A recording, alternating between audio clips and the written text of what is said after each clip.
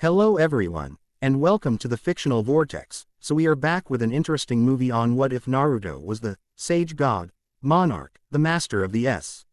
Rank Hunters Naruto x Hae-In solo leveling. But before we start, I just want to remind you to please subscribe to my channel and hit the like button if you enjoy my content. Let's start the story. Chapter 1. The Awakening Monarch. The Tokyo skyline fractured like stained glass as the S-Class gate tore through reality. Skyscrapers trembled, their windows exploding outward in synchronized bursts of crystalline shrapnel. The dimensional rift hung suspended above Shinjuku, a towering vertical gash of writhing purplish-black energy that seemed to devour the morning sun. Evacuation sirens wailed across the city, their mechanical screams mingling with the all-too-human ones rising from the streets below. Civilians fled through pre-designated emergency routes while emergency response teams mobilized with practiced precision. The Japan Hunter Association's rapid response units had already established a 1-kilometer exclusion zone, their barrier specialists erecting translucent shields of blue energy to contain whatever might emerge. Commander Takeshi Yamamoto watched from the JHA Mobile Command Center, his weathered face illuminated by the holographic displays monitoring the gate's energy fluctuations. 25 years as a soldier before the awakening had taught him to recognize losing scenarios when he saw them. Energy density exceeding all previous records, reported the analysis specialist. Her voice clinical despite the fear evident in her rigid posture. Dimensional stability at critical levels. Sir, this is beyond our containment capabilities. Yamamoto nodded grimly. Estimated time until full manifestation. 17 minutes, but that's optimistic. The rate of expansion is increasing exponentially. Casualties if we fail. Conservative Models Project. ECT 80,000 in the immediate vicinity. If the gate remains open beyond 6 hours. She hesitated. Tokyo becomes uninhabitable. The commander closed his eyes briefly, accepting the inevitable decision. Send the request. Priority Omega. Authorization Yamamoto JA X 997. His second-in-command stiffened. Sir, the international protocols require exhausting all local. There isn't time, Yamamoto snapped, gesturing at the swirling vortex visible through the command center's reinforced windows. Look at those energy signatures. We're dealing with S-rank entities at minimum, possibly something worse. Send the request to the IHA. Now. The communications officer's fingers flew across his console. Priority Omega request transmitted to International Hunter Association headquarters. Response pending. Across the command center, conversations halted. Even the most disciplined operatives couldn't hide their reactions, a mixture of relief and apprehension that reflected the complex sentiment felt worldwide whenever this particular solution was invoked. The communications console chimed. The officer's eyes widened as he read the incoming message. Sir, confirmation received. Response time, 3 minutes. A collective exhale swept through the room, followed by renewed purpose as personnel prepared for the arrival of the IHA's ultimate asset. All units, prepare for Priority Omega support. Yamamoto announced over the tactical channel. Establish landing zone Alpha and clear all aerial traffic within 5 kilometers. As his team scrambled to comply, Yamamoto moved to the window. Watching the gate's malevolent energy pulse against the containment barriers. He'd witnessed the aftermath of failed containments before, cities reduced to quarantine zones, landscapes transformed into alien territories that defied the laws of physics. 3 years in this hell and I still can't believe we're relying on him, muttered his second-in-command, joining him at the window. Yamamoto's lips quirked into a grim smile. The ninja who became a god. I've seen him work twice before. Whatever he is now, we should be grateful he's on our side. The sky above the command center suddenly rippled, as if reality itself were being gently pushed aside. Unlike the violent tear of the gate, this distortion felt controlled, precise, a surgeon's incision rather than a jagged wound. Golden light spilled through the opening, warm and radiant, carrying with it a sense of overwhelming pressure that even non-sensitives could perceive. Here he comes, whispered the commander. The Sage God. Hae-In had expected many things when she received her transfer orders to the International Hunter Association's headquarters, but being redirected to an S-Class gate incident within her first hour wasn't among them. The transport leaves in 60 seconds, Hunter Cha, announced the operations coordinator, barely glancing up from her console.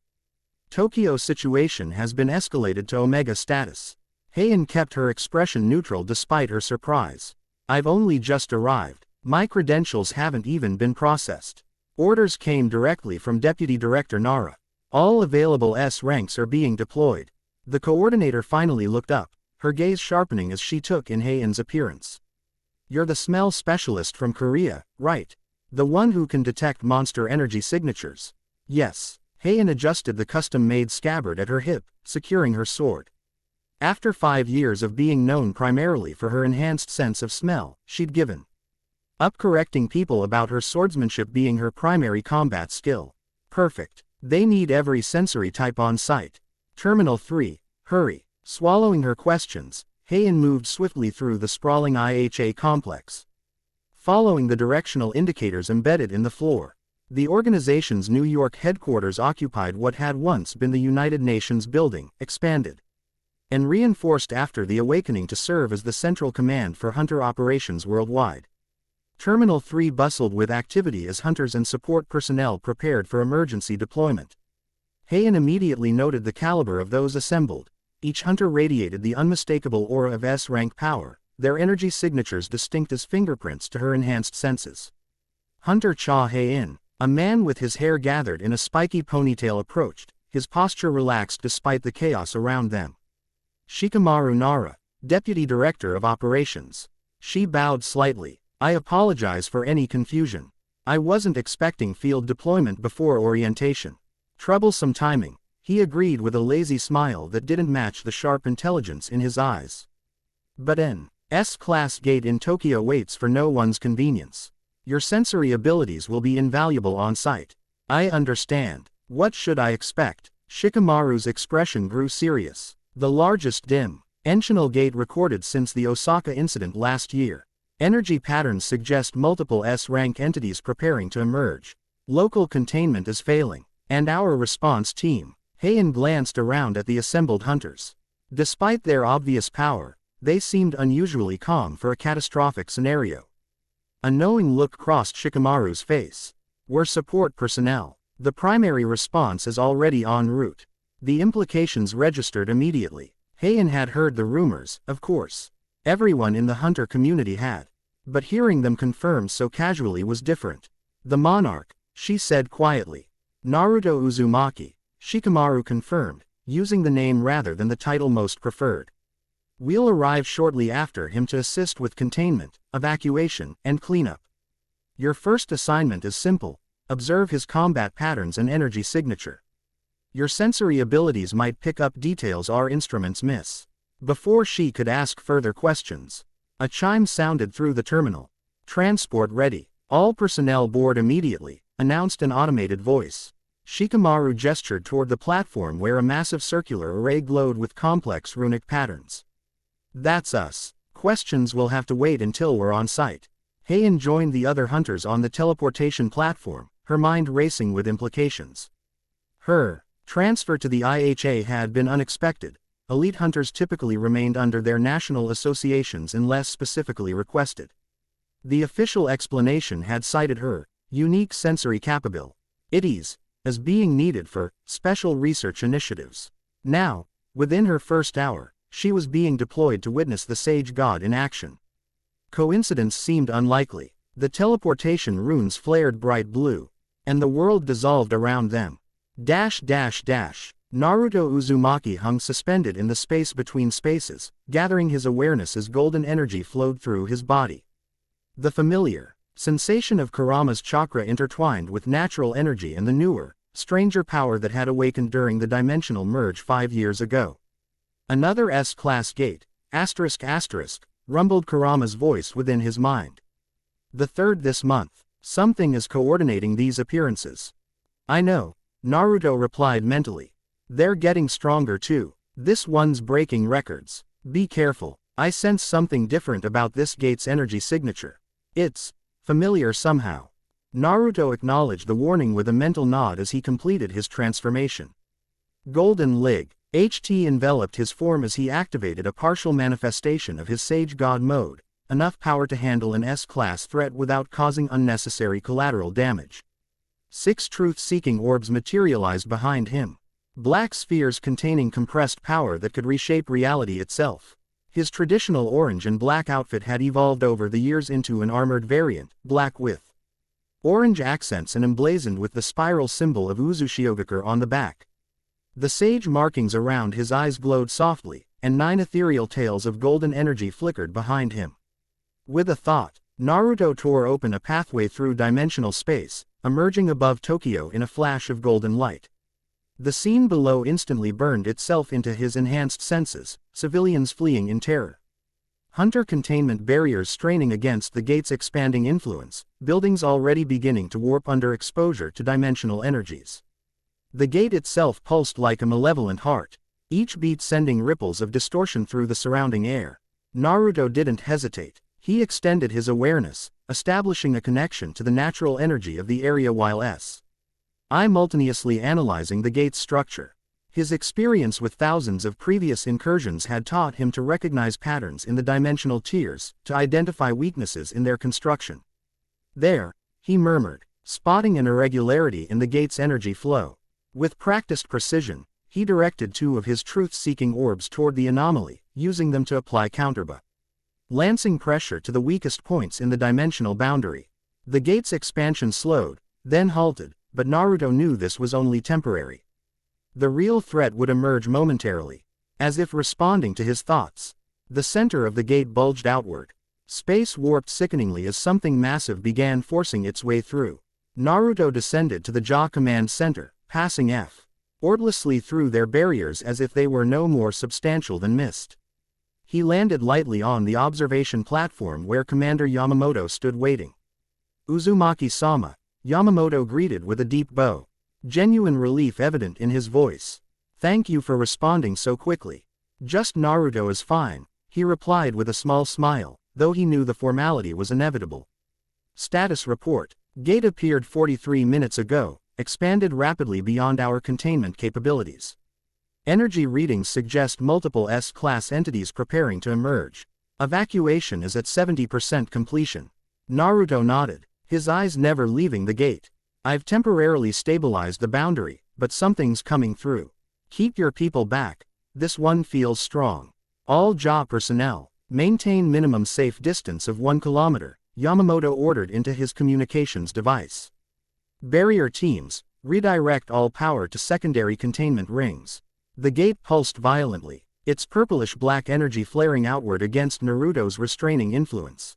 With a sound like tearing metal, the center of the dimensional rift split open, and a massive clawed hand emerged. Its surface covered in iridescent scales that shifted colors with each movement. "Dragon type," Naruto observed calmly. "S rank, possibly S+." The hand was followed by a serpentine head that pushed through the opening, revealing a creature that resembled a traditional Eastern dragon but corrupted by otherworldly influence. Its eyes glowed with sickly yellow light, and crystalline growth. S protruded from its scales at irregular intervals. As more of its body emerged, Naruto estimated its length at over 50 meters. "It's been altered, Kurama noted within Naruto's mind. "Somio, Nei or something has experimented on this creature. Those crystal formations aren't natural." Behind the dragon, smaller entities began pouring through, humanoid figures with similar crystalline growths emerging from their twisted bodies. "Evacuate everyone within 3 kilometers, Naruto instructed, rising into the air. This just got more complicated. Without waiting for a response, he accelerated toward the emerging threat. Golden energy trailing behind him like a comet's tail. The dragon sensed his approach and roared, a sound that contained both bestial fury and a disturbing intelligence. It fully emerged from the gate, its massive body coiling in the air as it oriented toward Naruto. "Let's keep this quick," Naruto murmured, forming a familiar cross-shaped hand seal. Multi-shadow clone jutsu. Dozens of golden-wreathed clones materialized around him, each pulsing with a fraction of his power. They dispersed in perfect coordination, some engaging the smaller entities while others positioned themselves around the dragon. The original Naruto faced the dragon directly, meeting its gaze without fear. "You're not supposed to be here," he said simply. And you've been changed by someone. Tell me who did this to you, and I'll make your return as painless as possible. The dragon's response was a stream of crystalline fire that distorted the very air it passed through. Naruto didn't dodge. Instead, he extended his hand, and one of the truth-seeking orbs expanded into a shield that absorbed the attack completely. Have it your way, he sighed. What followed was a display of power that reminded all watching why Naruto had earned the title of Sage God. He moved with impossible speed, golden blurs marking his passage as he systematically dismantled the invading forces. His clones worked in perfect harmony, herding the smaller entities into containment formations while Naruto himself engaged the dragon. The dragon was powerful, its attacks warped space itself, and its crystalline scales deflected conventional energy attacks. But Naruto had faced far worse. He analyzed its movement patterns, identified the crystal formations as both power sources and vulnerabilities, and adapted his strategy accordingly. Rasengan, dimensional stabilizer, he called, forming a spiraling sphere of energy in his palm that contained a complex matrix of stabilizing formulas. Unlike his traditional Rasengan, this variant was designed specifically to counter dimensional anomalies. He drove the technique directly into the largest crystal formation on the dragon's forehead. The creature roared in pain and fury as the crystal cracked, leaking purplish energy. Naruto pressed his advantage, seamlessly transitioning to his next technique. 6 paths. Sealing chain network. Golden chains erupted from his outstretched hands, each link inscribed with microscopic sealing formulas. They wrapped around the dragon in an intricate pattern, specifically targeting the crystal formations. Where the chains made contact with the crystals, they began systematically unraveling the foreign energy, separating it from the dragon's natural structure.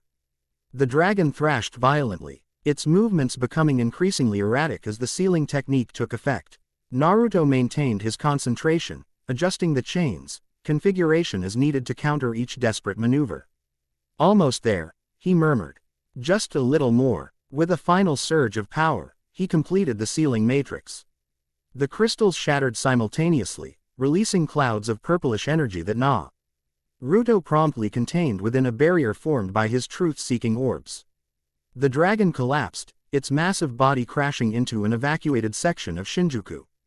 Freed from the crystalline influence, its form began to change, scales smoothing out, proportions shifting towards something more natural. Within moments, what remained was a much smaller creature that more closely resembled a traditional Eastern dragon. Its energy signature now recognizable as a natural S-rank entity. Naruto descended beside it, placing a gentle hand on its now calm form. Rest now, you'll be returned home soon. He turned his attention to the gate itself, which continued to pulse ominously despite the defeat of its initial occupants. Something about its structure bothered him, unlike natural gates, which typically began closing once their inhabitants had emerged. This one showed signs of artificial stabilization. Someone engineered this, Kurama growled. The crystalline modifications, the gate's stability, this was deliberate. I know, Naruto replied grimly. Let's shut it down before anything else comes through. He rose into the air, positioning himself directly before the dimensional tier. Drawing deeply on his combined powers, Kurama's chakra, natural energy, and the Monarch energy that had awakened during the merge, Naruto began the complex process of forcing the gate closed. Golden energy spread from his body in intricate patterns, forming a counter-resonance to the gate's frequency. The truth-seeking orbs arranged themselves at key points around the rift, applying precisely librated pressure to its structural weaknesses. Sage art. Dimensional suture, Naruto intoned, bringing his hands together in a series of rapid seals. The gate resisted, its energy flaring violently against his technique. Naruto narrowed his eyes, sensing something, or someone, actively fighting his efforts from the other side. Not happening, he muttered, increasing the power behind his technique. For a moment, the struggle hung in balance, Naruto's golden energy against the gate's purplish-black distortion. Then, with a final push that sent ripples of force across Tokyo, Naruto overcame the resistance. The gate collapsed inward, its energy dissipating in a final flash of light before vanishing completely. Naruto remained hovering where the gate had been, his senses extended to ensure no trace remained. Satisfied that the immediate threat was neutralized, he allowed himself to descend toward the Jaw Command Center where recovery operations were already beginning. As he landed, he noticed a teleportation circle activating nearby, the IHA support team arriving from headquarters. The teleportation effect faded, leaving Hae-In momentarily disoriented as her senses adjusted to the new location. The air in Tokyo tasted different, charged with residual energy from the gate and something else, something warm and powerful that seemed to permeate the atmosphere. "Looks like we missed the main event," remarked Shikamaru beside her, surveying the damaged district with a calculating gaze. Typical. Hae-In's attention was immediately drawn to the figure descending from the sky, a man wrapped in golden light. With strange markings around his eyes and what appeared to be translucent energy tails flowing behind him. Even at a distance, his presence was overwhelming, like standing near the sun. Yet something was wrong. Her enhanced senses, which normally allowed her to detect and analyze the faintest monster energy signatures from kilometers away, couldn't properly register him. Where she should have perceived a clear energy pattern, there was instead a kind of absence. Not emptiness, but something her senses simply couldn't categorize. "Is something wrong?" Shikamaru asked, noticing her confusion.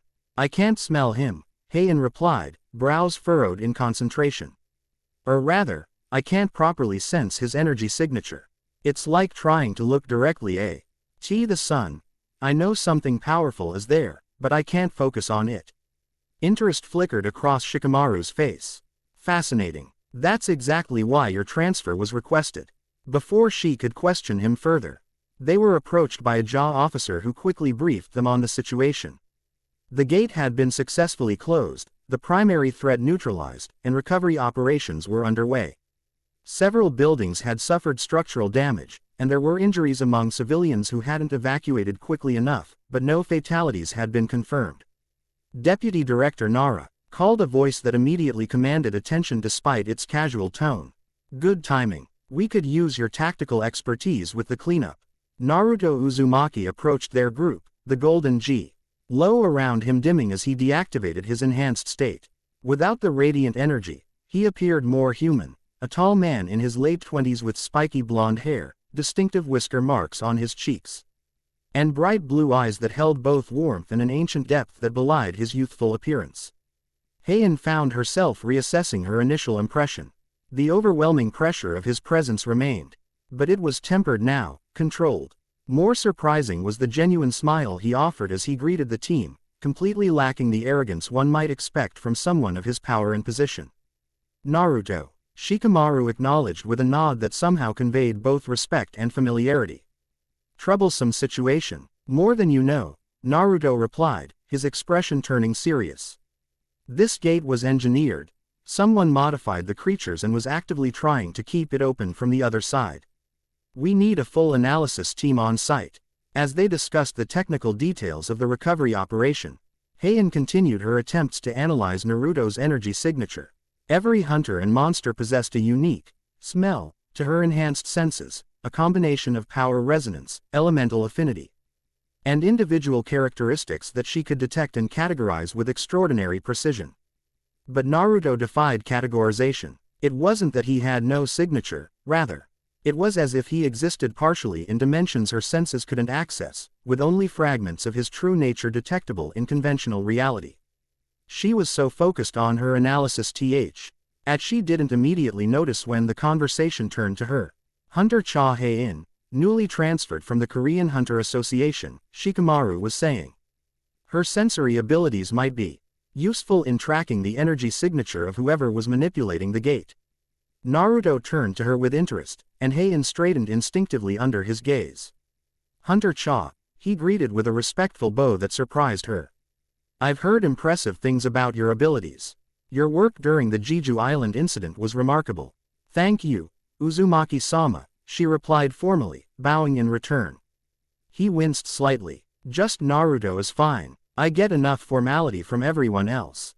There was something disarmingly genuine about his request that cut through Hae-In's professional reserve. "As you wish, Naruto. Shikamaru tells me you have a unique ability to detect and analyze energy signatures. Would you mind examining the area where the gate was stabilized?" "There might Be traces of whoever was manipulating it from the other side. Hae-In nodded, grateful for the opportunity to focus on familiar territory. I'll need to get closer to the epicenter. I'll take you there, Naruto offered. The area's still unstable for normal transportation. Before she could respond, he placed a hand on her shoulder, and the world blurred around them. A sensation of Waddle's movement lasted for a split second before they rematerialized at the exact spot where the gate had been. Hae-In stumbled slightly, surprised by the instantaneous transportation. A warning would have been appreciated, she said before she could stop herself. Instead of taking offense, Naruto laughed, a bright, genuine sound. Sorry about that, I forget sometimes that it takes getting used to. His casual response diffused her irritation, and Hae-In turned her attention to the task at hand. The air here was thick with residual energy, complex patterns that most would find indecipherable. To her enhanced senses, however, they were like distinct scents, each telling part of a story. She closed her eyes, focusing entirely on her specialized sensory ability. The chaotic swirl of energies gradually resolved into distinct signatures, the natural background energy of Tokyo, the dimensional residue from the gate itself, the unique pattern of Naruto's power where it had interacted with the gate, and something else. There's another signature, she reported, eyes still closed as she concentrated. Faint but distinct. It's cold, methodical, not like a monster's chaotic energy, but purposeful. Whoever maintained this gate from the other side was highly skilled in dimensional manipulation. She opened her eyes to find Naruto watching her with undisguised interest. Can you track it, or identify anything about its source? Quote. Hae-In frowned in concentration. The signature has elements I've never encountered before, but there's something familiar about its fundamental structure. Almost like, she hesitated, uncertain of her conclusion. Like what? Naruto prompted gently. Like yours, she admitted, meeting his gaze directly. Not the same, but sharing certain base characteristics. As if it's operating on similar principles but corrupted somehow. Something flashed in Naruto's eyes, recognition, concern, and something darker that vanished too quickly to identify. That confirms my suspicions, he said quietly. Can you isolate and preserve a sample of this energy signature? We need to analyze it more thoroughly at headquarters. Hae-In nodded, removing a SPECI-leased collection device from her utility belt, a crystalline container designed to preserve energy patterns for later analysis. With practiced precision, she guided the residual energy into the container, focusing specifically on the unfamiliar signature. As she worked, she found herself increasingly aware of Naruto's presence beside her. Despite his now muted energy output, there was something about him that demanded attention, not from arrogance or intimidation, but a natural charisma that seemed intrinsic to his being. May I ask you something? She said as she completed the collection process. Sure. Why can't I properly sense your energy signature? Everyone has a distinct pattern, even S-rank monsters. But you, she gestured vaguely, struggling to articulate the phenomenon. Naruto considered her question thoughtfully. It's complicated, he finally answered. When the dimensional merge happened 5 years ago, I was already unique. The combination of my existing ability ties with the new energy system created something that doesn't quite fit conventional parameters. That's not a real answer, Hae-In observed bluntly. To her surprise, he grinned. No, it's not. Full explanation involves a lot of technical details about dimensional resonance frequencies and metaphysical anchoring points that even I don't fully understand. His expression turned more serious. But the simple version is that what I am now exists partially outside the standard dimensional framework that your senses are calibrated to detect. You speak as if you're not human, she noted, studying his reaction carefully. Something complex passed across his features, a momentary glimpse of an ancient weariness that contradicted his youthful appearance. I'm still Naruto Uzumaki, he said simply. Everything else is just details. Before she could press further, their conversation was interrupted by the arrival of several IHA analysts via conventional transportation. Naruto immediately shifted back into his leadership role, providing instructions for the recovery operation and analysis procedures. Hae-In found herself reassigned to work with the sensory team, using her ability to ensure no dangerous energy residue remained in the area. Throughout the remainder of the operation, she periodically glanced toward Naruto, watching how he interacted with everyone from high-ranking officials to support staff with the same genuine respect. The contradiction fascinated her, a being of godlike power who insisted on being addressed by his first name, who laughed easily and listened attentively to junior analysts.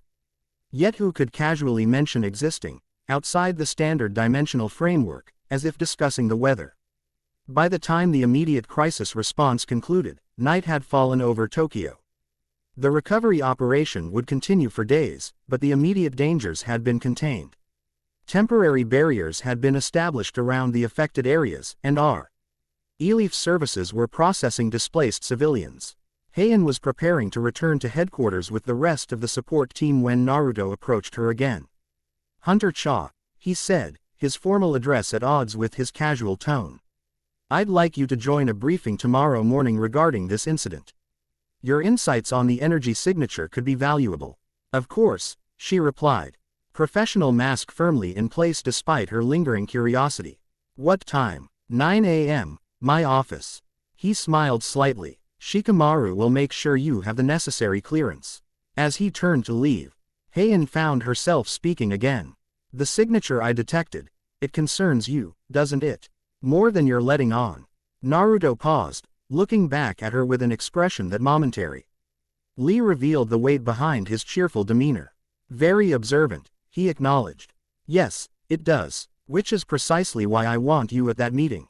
With that cryptic statement, he disappeared in a flash of golden light, leaving Hae-In with far more questions than answers on her first day with the International Hunter Association. Hinata Hyuga stood at the window of her office in the Konoha diplomatic compound. Her Byakugan activated as she observed the distant energy fluctuations from Tokyo. Even at this distance, her enhanced vision could perceive the golden flare of Naruto's power as he contained the gate incident. A gentle knock at her door broke her concentration. "Enter," she called, deactivating her bloodline limit as she turned from the window. Her assistant, a young Chunin from the Aburame clan, bowed respectfully. "Hyuga-sama, we've received confirmation that the Tokyo situation has been resolved. The Hokage requests your assessment of any political implications." "Thank you, Shino. Please inform Lord Seventh that I'll provide a full report by morning." After the assistant departed, Hinata returned to the window, her thoughts troubled. 5 years since dimensional merge had transformed their world. 5 years since Naruto had become something beyond what anyone could have anticipated. 5 years of watching him from a distance as he shouldered responsibilities that would have crushed anyone else. Their paths rarely crossed now. Her role as liaison between the shinobi villages and the new global power structures kept her occupied with diplomatic missions. While Naruto's position as the IHA's ultimate crisis response asset meant he was constantly dealing with the most dangerous threats worldwide. Yet she still felt connected to him, could still sense the fundamental essence of the man she had loved since childhood beneath the mantle of power he now wore. Whatever he had become, Naruto remained Naruto at his core, determined to protect, reluctant to harm. Carrying the weight of the world with that same unflagging spirit. Her enhanced Byakugan, which had evolved during the merge to perceive dimensional fluctuations invisible to others, had shown her glimpses of what he truly was now. The sight had been both awe-inspiring and heartbreaking, power beyond comprehension, but also a fundamental isolation that came with existing partially outside conventional reality. A soft chime from her communications device interrupted her reflections. The message displayed was brief but significant. Unusual energy signature detected during Tokyo incident. Similar to that incident. Meeting tomorrow, 9 a.m. Your input would be valuable. Hinata's expression grew serious as she read the message. That incident referred to the dimensional catastrophe that had triggered the merge 5 years ago. An event that had nearly cost Naruto his humanity and had forever altered the fabric of their reality. If similar energies were manifesting again, she quickly composed her reply, "I'll be there. Stay safe." As she prepared for tomorrow's meeting, Hinata couldn't shake a growing sense of foreboding. The world had finally begun adapting to its new reality, finding balance between the shinobi traditions and the hunter systems that had emerged after the merge. If something was threatening that delicate equilibrium, the consequences could be devastating. Whatever was coming, she would face it as she always had, with quiet strength and unwavering loyalty to both her village and the man who had inadvertently reshaped their world. Deep within the dimensional space between realms, a figure observed the closing of the Tokyo Gate with cold satisfaction. The experiment had yielded valuable data, despite its apparent failure. The sage god's response time improves, noted a clinical voice from the shadows. 17 minutes from detection to intervention. His sealing techniques have evolved as well. As expected, replied the primary observer. His features obscured by swirling dimensional energies. Each encounter provides more information on his capabilities. The crystalline modifications performed exactly as theorized. They successfully recorded his energy signature before being neutralized. And the hunter woman, the one with the enhanced senses. A fortuitous development. Her ability to detect the connection between our energies was not anticipated, but may prove useful. Monitor her closely. The secondary figure bowed slightly. The convergence awaits your next instructions, Lord Erebus. Patience, counseled the being called Erebus. The sage god believes himself invincible within his domain. Let him maintain that illusion while we continue our preparations. He extended a hand, revealing a small L crystal that pulsed with captured golden energy, a minute fragment of power harvested during Naruto's battle with the modified dragon. Each sample brings us closer to understanding the true nature of his transformation. Soon, we will be ready to initiate the ritual of monarchs. The crystal flared briefly, illuminating a face that seemed both ancient and youthful, with eyes that reflected dimensional depths beyond conventional comprehension. The boundaries between worlds grow thin, Erebus murmured. The age of convergence approaches, and not even a sage god can prevent what is to come. In his private quarters at the IHA headquarters, Naruto sat cross-legged in meditation, his physical form occasionally flickering between solidity and translucent golden energy as he communed with the being that had been his partner since birth. The energy signature the woman detected confirms it.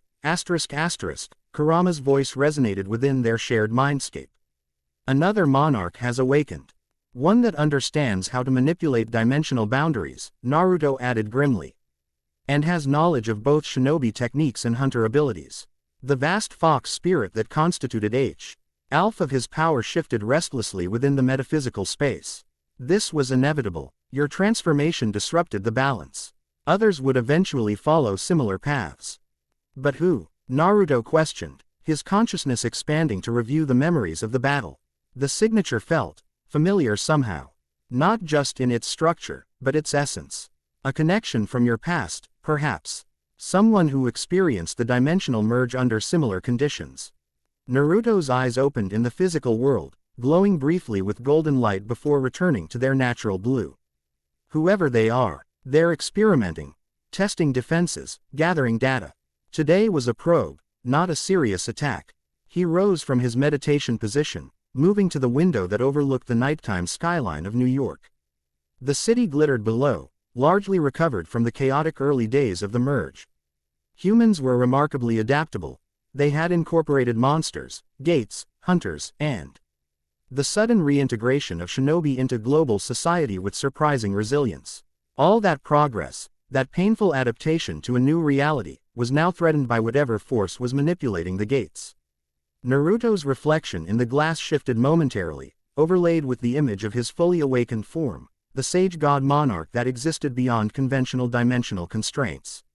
He had accepted that power out of necessity during the catastrophe 5 years ago, embracing a transformation that had saved countless lives but had also set him apart from humanity in fundamental ways. I won't let anyone threaten this world, he promised quietly, his voice carrying the weight of absolute determination. Whatever's coming, whatever you're planning, I'll stop it. Behind him, unnoticed, one of the truth-seeking orbs that normally remained dormant while he was in his base state briefly materialized, pulsing with responsive energy before disappearing again. The sage god had made his declaration, and somewhere across the dimensional divide, Naruto sensed that his challenge had been acknowledged. The game had begun. Chapter 1 End Chapter 2, Shadows of Two Worlds. Dawn broke over New York City. painting the gleaming spires of the International Hunter Association headquarters with amber light. Hae-In stood at her apartment window, watching the city awaken as she mentally prepared for the meeting ahead. Sleep had eluded her, her mind replaying yesterday's events in Tokyo, the monstrous gate, the crystalline dragon, and most persistently, the enigmatic sage god. Her new apartment, allocated upon her transfer, occupied the 43rd floor of the IHA's residential complex. Minimalist and functional, it bore no personal touches yet. Her belongings from Seoul would arrive next week. The bare surroundings suited her current state, a blank canvas awaiting definition. Hae-In methodically secured her sword to her hip, the familiar weight centering her. The blade, CK named Trace, for its ability to slice through dimensional energy signatures, had been her constant companion since her awakening. Unlike most hunters who received standardized equipment, she had missioned this weapon specifically to complement her fighting style, a blend of traditional Korean swordsmanship and the enhanced speed and perception granted by her hunter abilities. A notification chimed on her communication device. Security clearance updated. Access granted. Level S. Authorized by Shikamaru Nara. She frowned slightly. S-level clearance was typically reserved for senior officials or hunters with decades of experience. Her immediate promotion suggested either exceptional expectations or unusual circumstances surrounding her transfer. The clock read 8:30. Time to navigate to Naruto's office for the 9 a.m. meeting. Rather than using the automated transport system, she opted to walk, using the opportunity to familiarize herself with the massive complex. The IHA headquarters bustled with morning activity, analysts reviewing overnight reports from global monitoring stations, field teams preparing for deployments, research staff heading to secure laboratories. Unlike national hunter associations with their rigid hierarchies and formal atmospheres, the IHA corridors hummed with a multinational energy. Hunters and support personnel from dozens of countries conversed in multiple languages. Their diverse backgrounds united by their shared purpose. As she approached the executive wing, the subtle shift in security measures didn't escape her notice.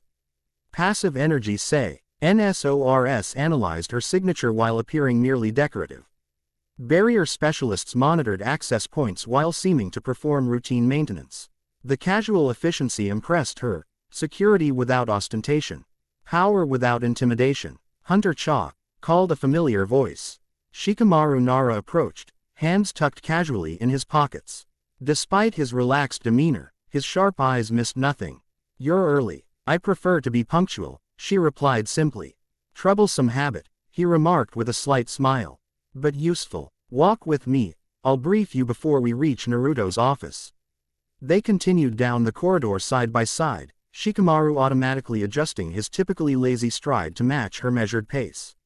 "Yesterday's incident in Tokyo raised concerns beyond the immediate threat," he explained. "The energy signature you detected has appeared twice before in the past month, Osaka and Melbourne. We suspected a pattern but lacked confirmation until your analysis. Why wasn't this information included in my transfer briefing?" Hae-In asked directly. Shikamaru sighed. "Security protocols. Information compartmentalization. The usual bureaucratic nonsense that makes everything more troublesome." His casual dismissal of procedure surprised her. "But now that you've directly encountered it, you're being brought into the full picture." They reached a PLE door marked only with the spiral symbol that appeared on Naruto's uniform. No name, no title, just the ancient emblem of Uzushiogakure. "One more thing," Shikamaru said, his voice lowering. "There will be others at this meeting with personal connections to Naruto, historical relationships that predate the dimensional merge, romantic entanglements." Hae-In asked bluntly, raising an eyebrow. Shikamaru's expression remained neutral, though something like amusement flickered in his eyes. "Complicated histories. Just be aware that the professional and personal boundaries sometimes blur in our organization." Before she could respond, the door slid open automatically, revealing a surprisingly modest office. Unlike the ostentatious chambers favored by other global officials, Naruto's workspace reflected functional simplicity. A desk faced floor-to-ceiling windows overlooking the city, several comfortable seating areas arranged for conversations rather than formal meetings, and wall lined with a curious mixture of advanced technological displays and traditional scrolls covered in complex sealing formulas. Naruto himself stood examining a holographic display showing global gate activity patterns. His back to the door. He wore simpler attire today. Dark pants and a black jacket with orange accents, the spiral emblem emblazoned on its back. Without the golden energy of his enhanced state, he appeared almost ordinary, a young man in his late 20s with spiky blonde hair, until he turned to greet them. His eyes held that same disconcerting depth Hae-In had noticed yesterday. Blue as summer skies but containing knowledge and power that belied his youthful appearance. "Good morning," he greeted with a genuine smile. "You're early. Perfect timing. The others should be arriving shortly." As if on cue, the door opened again to admit a striking woman with pale lavender eyes and long dark hair. She moved with fluid grace that immediately identified her as a trained fighter. Though her formal attire, an elegant lilac kimono-inspired outfit adapted for mobility, suggested diplomatic rather than combat duties. "Hinata," Naruto said warmly, his expression softening. "Thank you for coming." "Of course," she replied with a gentle smile that nevertheless conveyed strength. Her voice was melodious and controlled, each word precisely chosen. "The Hokage sends his regards." Hae-In observed the subtle interplay between them, the slight softening of Naruto's posture, the barely perceptible blush on Hinata's cheeks despite her composed demeanor. Shikamaru's warning about complicated histories suddenly seemed quite relevant. "Hunter Cha Hae-In," Naruto introduced, "this is Hinata Hyuga, diplomatic liaison from Konoha and specialist in dimensional perception." Hinata bowed with perfect formality. "It's a pleasure to meet you, Hunter Cha. Your reputation precedes you." "Likewise," Hae-In responded, returning the bow with equal precision. She noted the woman's unusual eyes, the trademark Byakugan of the Hyuga clan, renowned for its visual prowess even before the dimensional merge had enhanced many bloodline abilities. Two more arrivals completed the gathering. A tall man with silver hair who introduced himself simply as Kakashi, and a serious-faced woman with short dark hair whom Naruto introduced as Shizune, the IHA's chief medical researcher. Once Eve Ryon was seated in the conversation area, Naruto activated a privacy barrier, a shimmer of golden energy briefly enveloping the room before fading into invisibility. "What I'm about to share is classified beyond standard S-rank protocols," he began, his casual demeanor shifting subtly toward leadership mode. "The Tokyo incident confirms what we've suspected: someone is deliberately manipulating the gate system, creating artificial incursions with modified entities." He gestured, and a holographic display materialized in the center of their circle, showing three-dimensional models of the Tokyo Gate alongside two similar structures. "Osaka, Melbourne, and now Tokyo," Kakashi observed, his visible eye narrowing. "The scale and complexity increasing each time." "Precisely," Naruto confirmed. "Each incident appears designed to test our response capabilities while gathering data.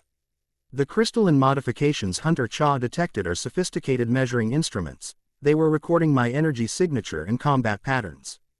Quote. Hae-In leaned forward, studying the holographic models. "The signature I detected yesterday, you believe it belongs to whoever is orchestrating these incidents?" "Yes," Naruto replied, his expression grave. "And thanks to your analysis, we now have confirmation of something I've suspected for months." He hesitated, exchanging glances with Hinata before continuing. "Whoever is behind this possesses energy similar to mine, suggesting they've undergone a transformation comparable to what happened to me during the dimensional merge 5 years ago." The implications hung heavy in the air. If someone else had achieved abilities on par with Naruto's, "Another monarch," Shizune stated, breaking the tense silence. "You believe someone else has achieved monarch status?" "It appears so," Naruto confirmed, "though their energy signature suggests a different orientation than mine, where my transformation integrated natural energy and chakra with the new dimensional forces. This signature shows signs of deliberate corruption, forcing compatibility rather than achieving natural harmony." Hae-In frowned. "For those of us who weren't present during the dimensional merge, perhaps some context would help." A moment of silence followed, the others exchanging glances as if deciding how much to reveal. Finally, Naruto nodded. "You're right. You deserve to understand what we're facing." He leaned back slightly, his gaze distant as he recalled events from 5 years ago. The dimensional merge wasn't a natural phenomenon. It began with an experiment. 5 years earlier, the laboratory beneath Root headquarters trembled as warning sirens blared.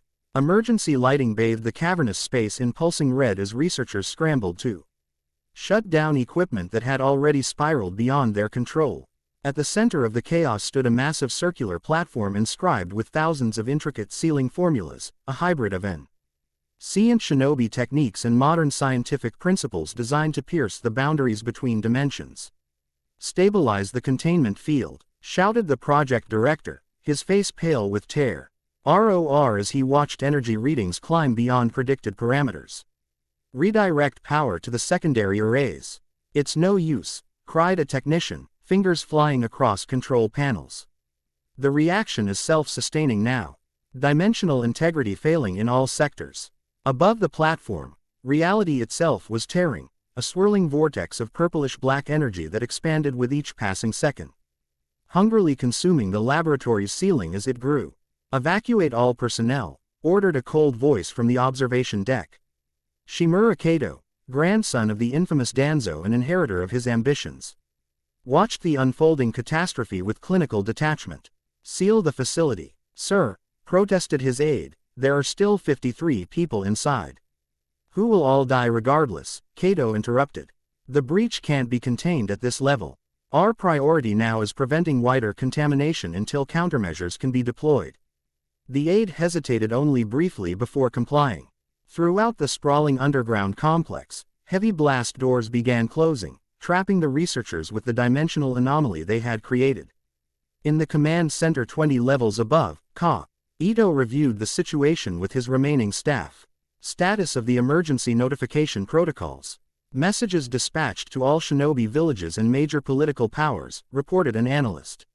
Quote, "First responders estimated to arrive within 30 minutes. Too late," Kato murmured, watching as monitoring systems registered the breach expanding beyond the sealed laboratory. "The containment won't hold that long." "Sir," interrupted another aide, "we're receiving an unexpected response. The 7th Hokage is already approaching our location with a small team." Kato's eyes narrowed. "Uzumaki. How did he respond so quickly?" "Unknown, sir. But thermal imaging confirms they're less than 2 minutes out." A thin smile curved Kato's lips. "Perhaps fortune favors us after all. Prepare to receive the Hokage. Give him full access to all data on Project Threshold." "Sir," questioned his aide, confusion evident. "Those files are classified beyond even cage clearance. The project is already a failure." Kato responded coolly, "But Uzumaki's unique abilities might provide a solution we haven't considered. Sometimes, weapons find their optimal use in unexpected circumstances." On the surface, the first indications of catastrophe were already manifesting. The ground above the hidden laboratory had begun to warp, reality itself bending as dimensional boundaries weakened. Trees twisted into impossible shapes, their cellular structure rewriting itself before horrified observers. The air shimmered with visible distortions, and small objects, leaves, stones, discarded equipment, began floating upward. Drawn toward the epicenter of the anomaly, Naruto Uzumaki arrived with a small team comprising Kakashi, Shikamaru, and Hinata, a unit assembled for assessment rather than combat. As Hokage, he had received Kato's emergency transmission and responded immediately, despite the historic tensions between Konoha's leadership and the semi-autonomous Root organization. "What am I looking at, Kakashi-sensei?" Naruto asked, surveying the unnatural landscape with concern. "Nothing good," the silver-haired former Hokage replied grimly. "These dimensional distortions are unlike anything in our records." Hinata, she activated her Byakugan, veins bulging around her pale eyes as her enhanced vision penetrated below the surface. "There's a massive energy disturbance approximately 50 meters underground. It appears to be folding space itself. I can see researchers trapped inside, but their chakra signatures are destabilizing. They're being rewritten at the cellular level," added Shikamaru, analyzing data on a portable device. "Whatever they were attempting down there, it's affecting the fundamental principles of our reality." Armed Root operatives approached, their leader addressing Naruto with tense formality. "Hokage-sama, Director Shimura requests your immediate presence in the command center." Naruto's expression hardened. People are dying down there while he hides in a bunker. The director has critical information about the nature of the anomaly, the operative continued, unperturbed by Naruto's anger. Information that may be necessary for containment. After exchanging glances with his team, Naruto nodded. Kakashi-sensei, Shikamaru, establish a perimeter and coordinate with any additional forces that arrive. Hinata, continue monitoring the situation with your Byakugan. I'll deal with Shimura. The Root Command Center hummed with controlled urgency as staff monitored the expanding crisis. Kato Shimura stood at the central console, his posture rigid with practiced discipline. Unlike his grandfather, he had abandoned traditional garb for modern tactical attire, though he maintained Danzo's cold pragmatism. Hokage-sama, he gray. ETED with a shallow bow as Naruto entered. Thank you for responding so promptly to our situation. Cut the formalities, Shimura, Naruto replied tersely.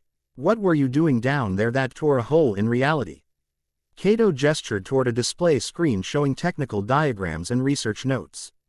Project Threshold, an initiative to explore dimensional boundaries and potentially access alternate realities.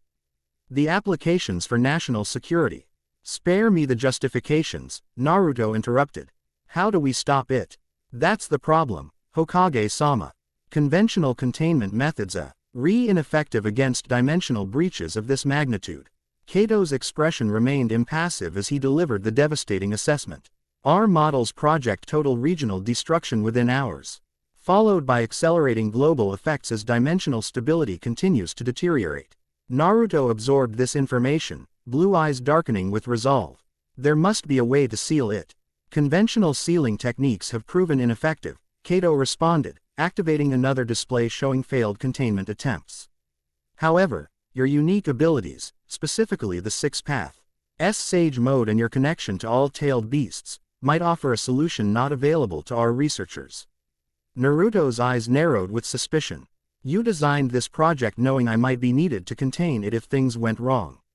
Quote, Kato neither confirmed nor denied the accusation. What matters now is preventing catastrophic dimensional collapse. My scientists have prepared a theoretica sealing approach that would require your specific chakra composition. He paused, meeting Naruto's gaze directly. I should warn you, the procedure carries significant risk to the implementer. Of course it does, Naruto muttered. Show me the sealing technique. As Kato presented the complex formula, a fusion of traditional fuinjutsu with theoretical dimensional mathematics, Naruto's expression grew increasingly troubled. Even with his limited scientific knowledge, he recognized the dangerous implications. This would require channeling the dimensional energy through my own chakra network, he observed. Creating a living bridge between realities. Precisely, confirmed Kato. Your enhanced healing factor and the Nine Tails protection provide your only chance of surviving the process. He's using you. Kurama's voice growled within Naruto's mind. This is too convenient. There, accident, requiring exactly your abilities to resolve. I know, Naruto replied internally. But what choice do we have? You can feel it too. This distortion is growing exponentially. The fox rumbled with reluctant agreement. Be careful, Naruto. Dimensional energy isn't like chakra. Chi follows different rules even I don't fully understand. Time is critical, Hokage-sama, Kato pressed, monitoring the expanding anomaly on his displays. The breach has already consumed 3 containment levels. At its current rate of expansion, it will reach the surface within 17 minutes. Naruto made his decision. I'll need Hinata and Kakashi-sensei to help stabilize the sealing matrix. Shikamaru will coordinate external containment in case this fails. As they prepared to implement the desperate plan, none of them, not even Kato with his carefully calculated scenarios, could have anticipated what would actually happen when Naruto Uzumaki, inheritor of the Sage of Six Paths, power, directly interfaced with raw dimensional energy. The journey to the edge of the breach was harrowing. Reality itself became increasingly unstable as they descended, ordinary matter twisting into impossible configurations. 3 times they encountered researchers who had been caught in dimensional fluctuations, their bodies partially merged with walls or floors, or worse, transformed into unrecognizable masses of shifting tissue. When they finally reached the last intact observatio chamber overlooking the main laboratory, the full scale of the catastrophe became apparent. The original breach had expanded to consume most of the facility, a swirling vortex of purplish-black energy that periodically disgorged strange objects and fragments of alien landscapes before reabsorbing them. The sealing array must be established at equidistant points around the breach, Kato explained, directing route operatives to position specialized equipment. Hokage-sama will serve as the focal point, channeling and redirecting the dimensional energy. Hinata approached Naruto as he prepared himself, concern evident in her pale eyes. Naruto-kun, this is too dangerous. The chakra pathways around your heart are already showing stress from proximity to the breach. There's no other option, Hinata, he replied gently. You know that. Her hand briefly touched his arm, a gesture of support laden with unspoken emotion. Then let me help stabilize your chakra flow during the sealing. Why Byakugan can track the dimensional energy's movement through your network. Naruto nodded gratefully. I'll need that, thank you. Kakashi joined them, his experienced eye evaluating the sealing formula Kato had provided. This is unlike any technique I've encountered, but the fundamental principles appear sound. I've made some modifications to better accommodate your chakra nature. As the final preparations were completed, Naruto moved to the designated position directly facing the breach. He activated his Six Paths Sage mode, golden energy surrounding his form as black truth-seeking orbs materialized behind him. The familiar power flowed through him, the combined chakra of all tailed beasts harmonized with natural energy and his own life force. Begin the sequence, Kato ordered. From the relative safety of the observation room, the specialized equipment activated, projecting geometric patterns of light that intersected with the sealing formulas Kakashi had inscribed. Hinata positioned herself behind Naruto, her Byakugan active as she prepared to monitor and stabilize his chakra network. Be careful, Naruto, Kurama cautioned one final time. Something feels wrong about this energy. It's alive somehow. Naruto extended his hands toward the dimensional breach, initiating the sealing technique. Golden chakra streamed from his palms, engaging with the swirling vortex of purplish-black energy. For a moment, it seemed to be working. The breach's expansion slowed, its wild fluctuations stabilizing as Naruto's chakra established contact. Then everything went catastrophically wrong. Instead of being gradually contained by the sealing technique, the dimensional energy responded, like a sentient entity recognizing a new form of power. It surged forward, latching onto Naruto's chakra streams and reversing the flow. It's backfeeding into his network. Hinata cried in alarm, watching through her Byakugan as dimensional energy invaded Naruto's chakra pathways. His coils are being overloaded. Naruto groaned in pain as foreign energy coursed through his body, interacting with his unique chakra in ways no one had predicted. The truth-seeking orbs behind him began to pulse erratically, expanding and contracting as they absorbed dimensional fragments. Shut down the equipment, Kakashi ordered, moving to intervene. The reaction is destabilizing. No, Kato countermanded from the observation room. The process has already begun. Interrupting now could cause immediate dimensional collapse. Caught in the middle of these conflicting commands, Naruto made his own choice.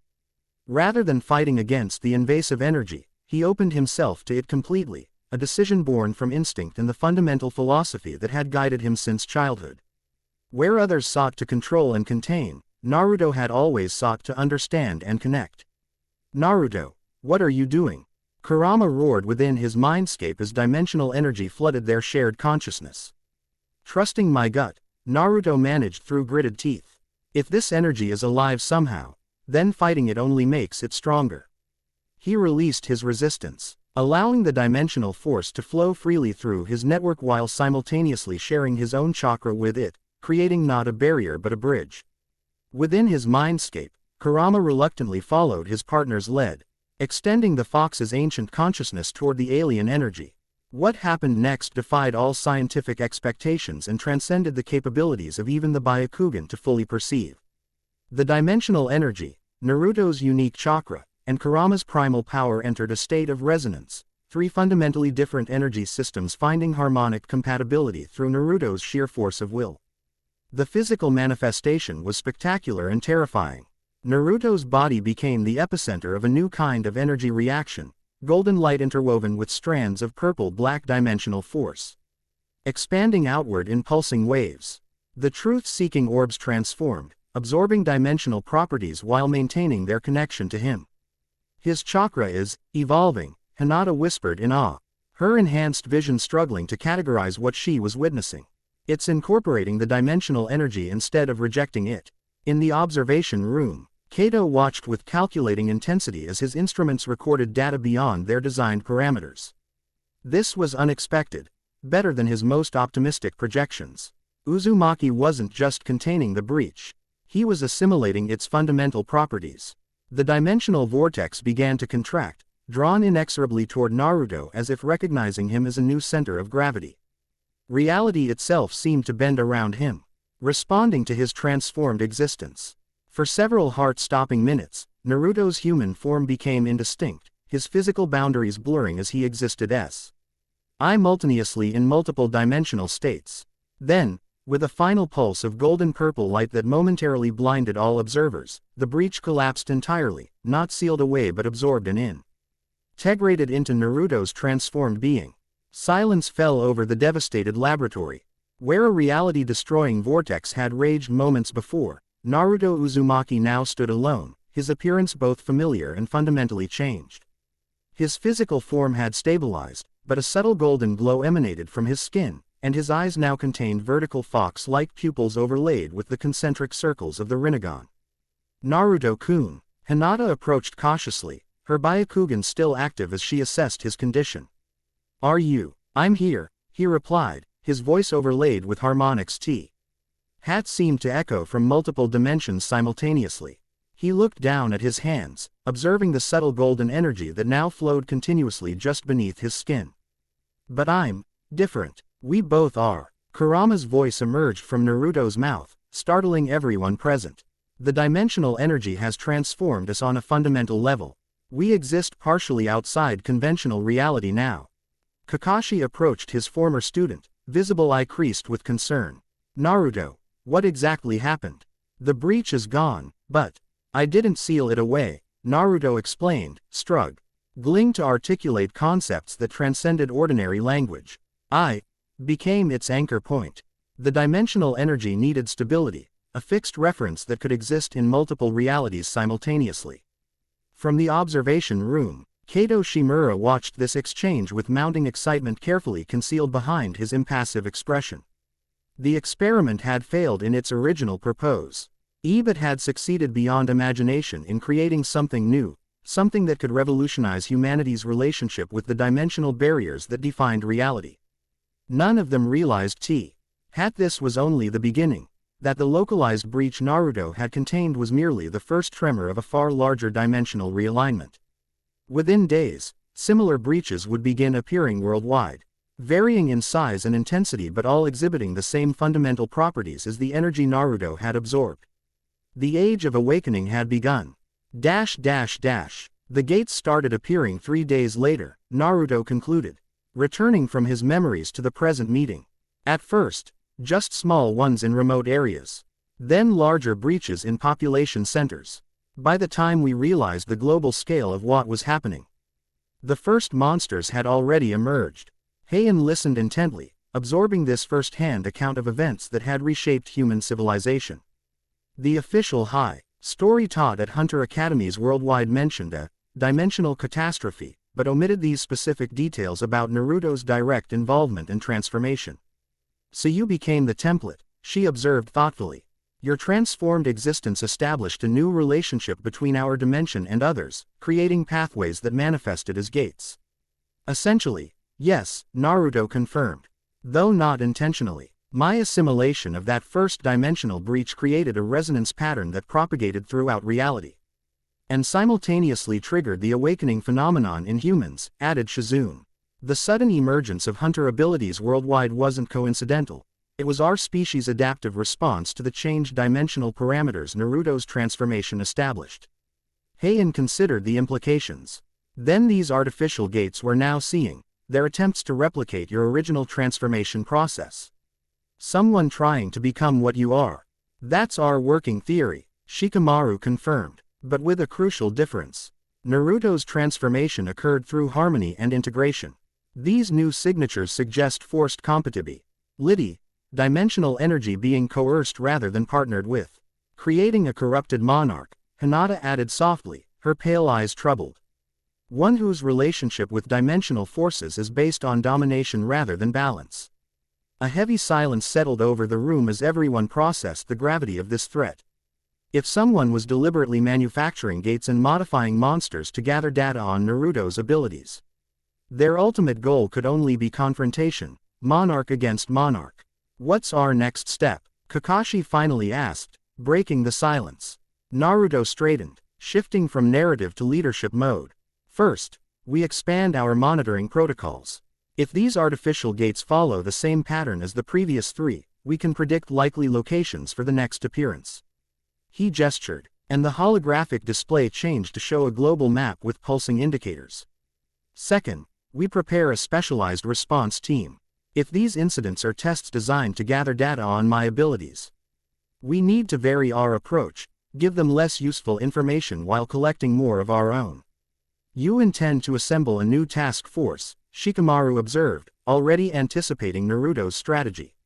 Yes, smaller than our standard response teams, comprising individuals with complementary abilities specialized for this particular threat.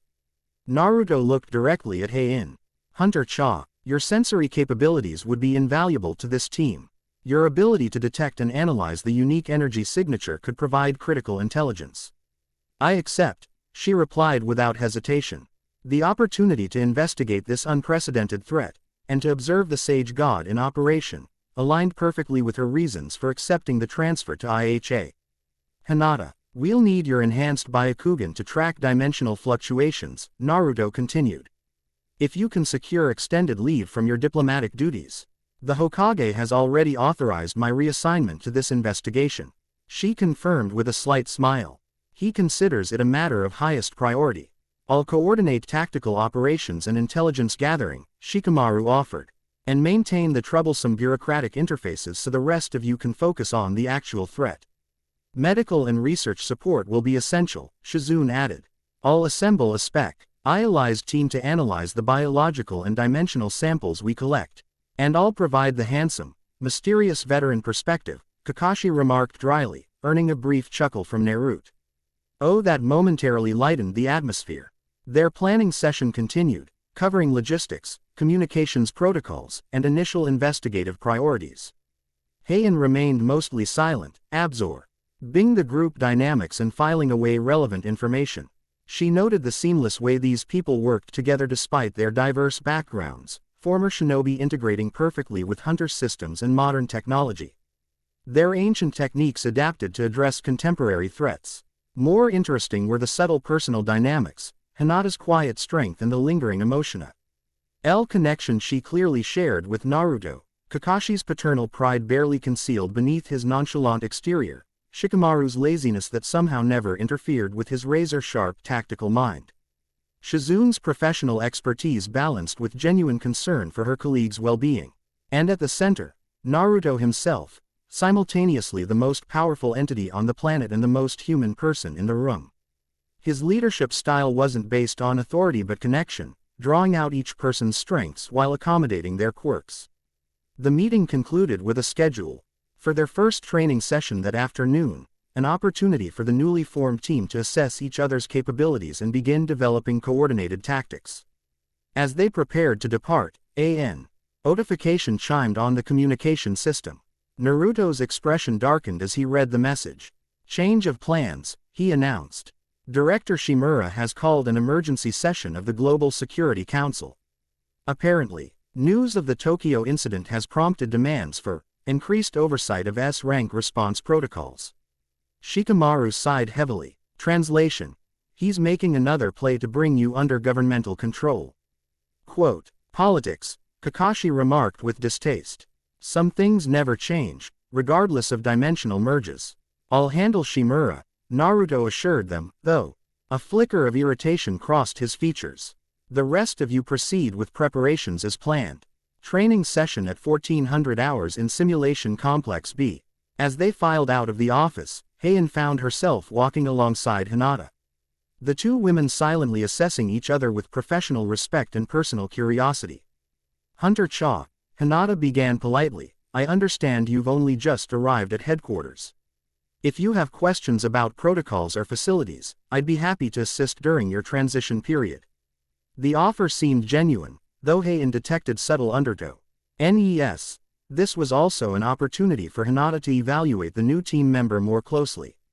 Thank you, she responded with equal politeness. I would appreciate insights from someone with your experience. Perhaps we could speak before the training session. Hinata nodded, a gentle smile warming her features. I'd like that. The diplomatic wing has excellent tea. As they parted ways in the corridor, Hae-In reflected on how quickly her transfer to IHA had evolved from a standard reassignment to involvement in what might be the most significant threat since the dimensional merge itself.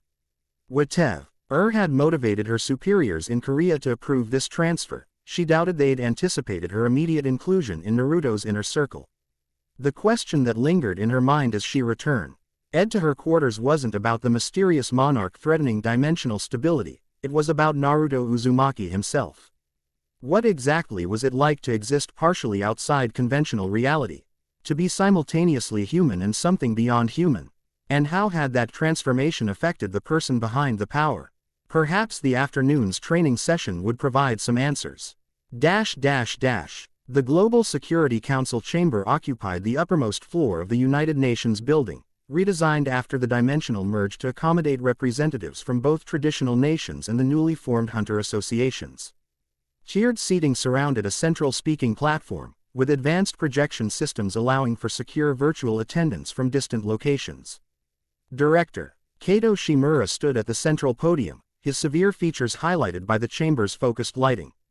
Unlike many council members who embraced either traditional cultural garb or modern business attire, Shimura favored militaristic precision, a high-collared black uniform adorned only with the silver insignia of his rank as director of the Global Security Initiative. The Tokyo incident presents the third major containment failure in as many months, he stated, his voice carrying effortlessly through the chamber. Each escalating in severity, each requiring direct intervention by the asset designated Sage God. Holographic displays materialized around him, showing footage from the recent Tokyo Gate alongside statistical analyses of damage, response times, and containment effectiveness. While we acknowledge the successful resolution of these incidents, Shimura continued, the increasing frequency and severity raise serious questions about our current response protocols. Specifically, the autonomy granted to the International Hunter Association regarding deployment of S-rank assets. From his position in the observer section, Naruto watched the performance with resigned familiarity. Shimura had been making variations of this argument for years, always following the same pattern, always driving toward the same conclusion. Director Shimura is quite persistent, murmured Sylvia Rivera from the seat beside him. The Mexican-American S-rank hunter had arrived at IHA headquarters that morning on unrelated business but had joined Naruto for the council session when she learned of Shimura's agenda. This marks his 14th formal proposal for increased governmental oversight of your activities, doesn't it? 15th, Naruto corrected quietly. He added a special emergency session after the Melbourne incident. Sylvia's dark eyes narrowed as she studied Shimura's presentation. His data visualization has improved. The casualty projections are particularly dramatic this time. He's learning, Naruto agreed, noting the sophisticated psychological techniques embedded in Shimura's presentation, the careful balance of fear and reassurance designed to guide council members toward his preferred conclusion without triggering their natural resistance to manipulation. On the council floor, Shimura was building toward his central proposal. The Global Security Initiative therefore recommends establishing a dedicated oversight committee with authority to approve or deny deployment of Monarch-level assets, integration of military resources with hunter response teams, and implementation of enhanced monitoring protocols for all S-rank gates. In other words, Sylvia translated sarcastically, he wants to put a leash on you, militarize the hunter system, and gain access to dimensional technology. Pretty much, Naruto confirmed, his tone light despite the serious implications. Same goals, fancier packaging. The council chair, a dignified man from Ghana who had skillfully navigated the political complexities of the post-merge world, acknowledged Shimura's proposal before opening the floor to responses. The chair recognizes Uzumaki Naruto, representing the International Hunter Association. All eyes turned to Naruto as he rose and made his way to the central platform. Unlike Shimura's formal military bearing, Naruto moved with casual confidence. His simple attire a stark contrast to the elaborate uniforms and traditional garments worn by many council members. "Thank you, Madam Chair," he began, nodding respectfully to the assembled representatives. Director Shimura raises valid concerns about the increasing frequency of high-level gate incidents. His commitment to global security is commendable, as always. The subtle emphasis on always earned a few knowing smiles from council members familiar with the long-standing philosophical clash between Naruto and Shimura. However, Naruto continued, the director's propo. Said solution fundamentally misunderstands the nature of dimensional incidents and the response capabilities required to address them effectively. With a gesture, he dismissed Shimura's statistical displays and replaced them with his own, more detailed analyses showing the complex dimensional properties of recent gates alongside response timelines. S-ranked gates manifest with an average of 7 minutes between initial detection and critical expansion phase. Decision-making through committee structures, even optimally designed ones, introduces delays that dimensional physics simply doesn't accommodate. He highlighted a specific section of the data. In Tokyo yesterday, containment would have failed catastrophically if response had been delayed by even 7 additional minutes. The proposed oversight committee would have required minimum 20 minutes to achieve quorum and render a decision, by which point approximately 80,000 civilians would have been exposed to lethal dimensional distortion. Several council members shifted uncomfortably, the stark reality of these numbers undermining Shimura's carefully crafted narrative. Furthermore, Naruto continued, his nay remaining measured rather than confrontational. The suggestion that military forces be integrated into frontline gate response ignores the specialized nature of dimensional threats. Conventional weapons and tactics are not only ineffective against most gate entities but often exacerbate dimensional instability. He paused, allowing this information to register before addressing Shimura's final point. As for enhanced monitoring protocols, the IHA already employs the most advanced dimensional sensing technology available, developed in collaboration with research institutions worldwide. We welcome any specific technical improvements the GSI wishes to propose through established scientific channels. Shimura's expression remained impassive, though a slight tightening around his eyes betrayed his irritation at having his arguments so systematically dismantled. The fundamental question before this council, Naruto concluded, isn't about oversight or control. It's about response effectiveness. The current system, with its distributed monitoring network and specialized hunter teams coordinated through the IHA, has successfully contained over 7,000 dimensional incursions in 5 years with minimal civilian casualties. Any proposed changes must demonstrate clear improvement over these established results. As Naruto returned to his seat, the council chamber filled with murmured discussions. Sylvia gave him an approving nod. Nicely done. You countered his security argument without ever making it about personal autonomy or power. That's what he wants, Naruto replied quietly. A debate about authority and control plays to his strengths. Keeping the focus on practical effectiveness is harder for him to counter. The council debate continued for another hour, with representatives from various regions offering perspectives shaped by their particular experiences with dimensional threats. When the final vote came, Shimura's proposal was rejected, though by a narrower margin than previous iterations, suggesting his persistent strategy was gradually gaining traction. As the session concluded, Shimura approached Naruto in the corridor outside the chamber. His measured stride and perfect posture conveying military precision. Uzumaki, he greeted with minimal courtesy. Another impressive performance. Not a performance, director, Naruto replied evenly. Just the facts. Shimura's thin smile never reached his cold eyes. Facts are merely tools, as we both know. Today's vote may have favored your position, but the trend is clear. Council members are increasingly concerned about concentrated power without corresponding oversight. Their concern is understandable, Naruto acknowledged. But your solution doesn't address the actual problem. And what problem would that be? In your estimation, the artificial nature of the recent gates. their increasing complexity and the evidence of deliberate engineering. Naruto met Shimura's gaze directly. Something you conspicuously omitted from your presentation today. A flicker of genuine surprise crossed Shimura's features before his practiced control reasserted itself. Speculation wit. How sufficient evidence would be irresponsible before the council. Or information selectively withheld would serve your agenda better, Naruto countered. The Global Security Initiative has access to the same analytical data as the IHA. Your researchers would have identified the artificial signatures weeks ago. For a moment, the diplomatic veneer between them thinned, revealing the fundamental conflict that had defined their relationship since the dimensional merge. Shimura, like his grandfather before him, believed in centralized control and military discipline, humanity united under Str. leadership to face existential threats.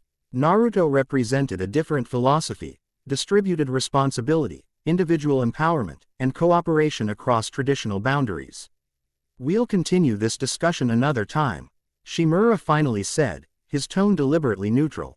I understand you're assembling a specialized task force to investigate these anomalous gates.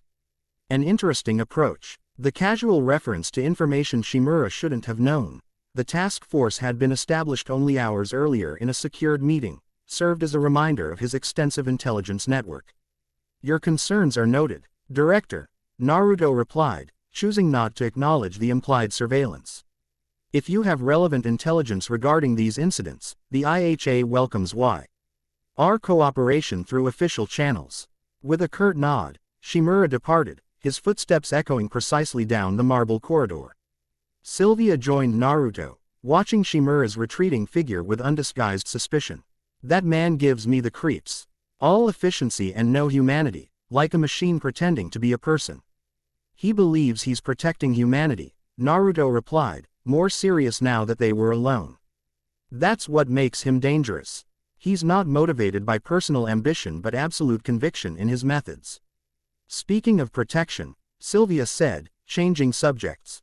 I hear you're putting together an elite team for something interesting. Any room for a spatial manipulation specialist with superior tactical judgment and devastating good looks? Naruto laughed, the tension from the council session and his encounter with Shimura dissipating. Actually, yes, your abilities would complement the team perfectly. Can you make it to a training session at 1400 hours? For a chance to work directly with the legendary Sage God. She grinned, her natural confidence apparent in her relaxed posture. I'll cancel my hot date with those requisition forms waiting on my desk. As they walked toward the training facilities, Naruto briefed her on the situation, sharing the essential information about the artificial gates and the suspected emergence of another monarch. Sylvia listened attentively, her initial casual demeanor giving way to professional focus as she grasped the significance of the threat. So we might be facing someone with powers comparable to yours. She clarified. That's sobering. That's why I need specialists I can trust, Naruto replied.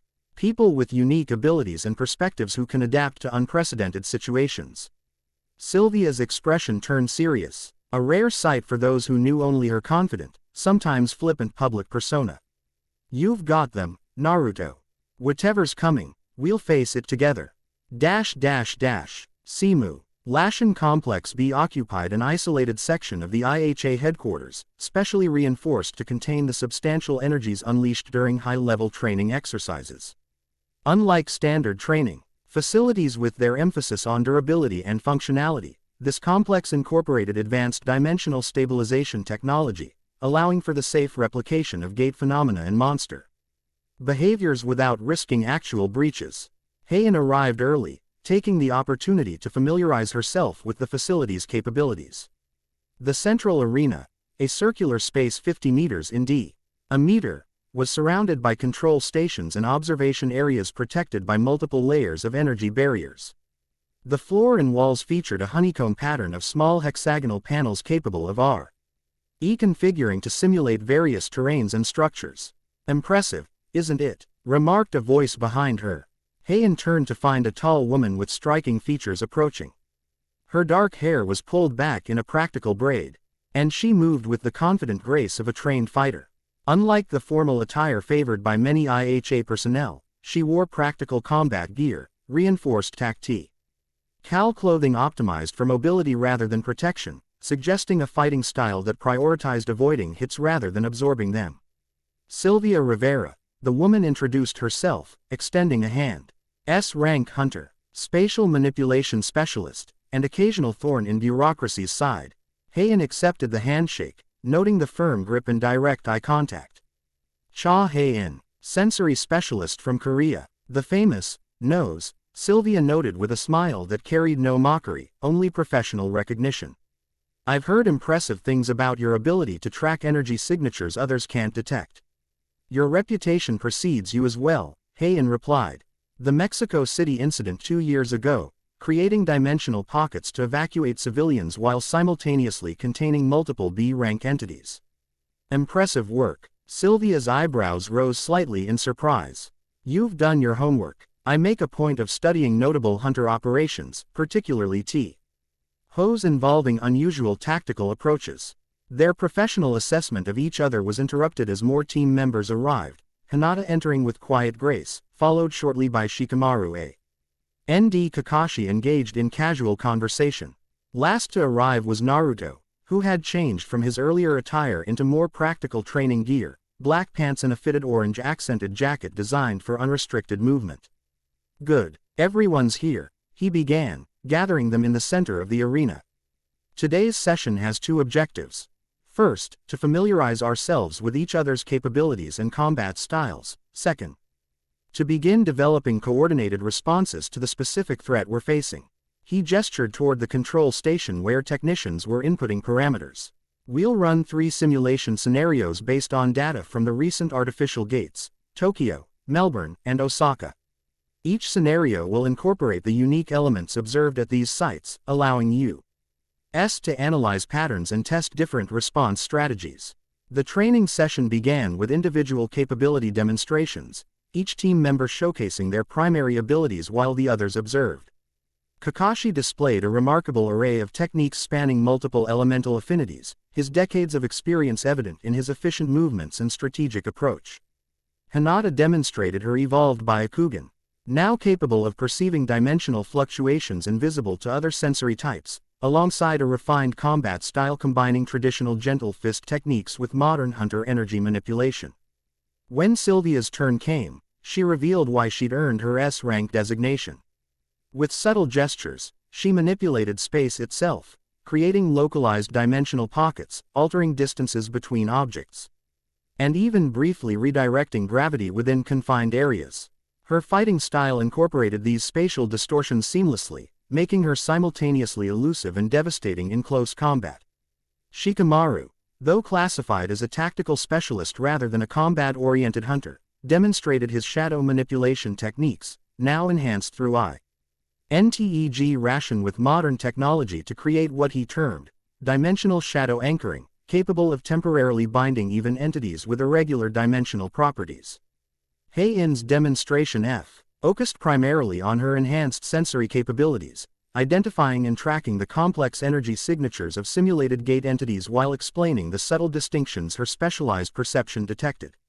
However, when prompted to display her combat abilities, she drew her sword and moved through a series of forms that combined traditional Korean swordsmanship with hunter-enhanced speed and precision, her blade leaving faint traces of blue energy in its wake. Naruto observed each demonstration carefully, occasionally asking questions or suggesting modifications that might enhance effectiveness against dimensional threats. His own capabilities remained undemonstrated, whether from modesty or practical considerations remained unclear. With individual assessments complete, they move to the first simulation scenario, a recreation of the Osaka incident featuring multiple mid-tier entities emerging simultaneously from an unstable gate. Standard approach would deploy containment specialists first, followed by combat units once the perimeter is secured, Shikamaru explained as they prepared. But these artificial gates don't follow standard patterns. They're designed to adapt and counter predictable responses. So we adapt first, Sylvia suggested, studying the simulation parameters. Hit them with unexpected combinations. Naruto nodded approvingly. Exactly. For this exercise, I'll remain in observer role. The 5 of you will handle the response with minimal support. The simulation activated, the arena transforming into a detailed recreation of Osaka's business district. The honeycomb panels shifted and reconfigured, generating buildings, streets, and civilian evacuation routes with remarkable fidelity. In the center, a swirling vortex of purplish-black energy materialized, smaller than the Tokyo Gate but exhibiting the same artificial stability patterns. What followed was a revealing demonstration of both individual excellence and initial team coordination challenges.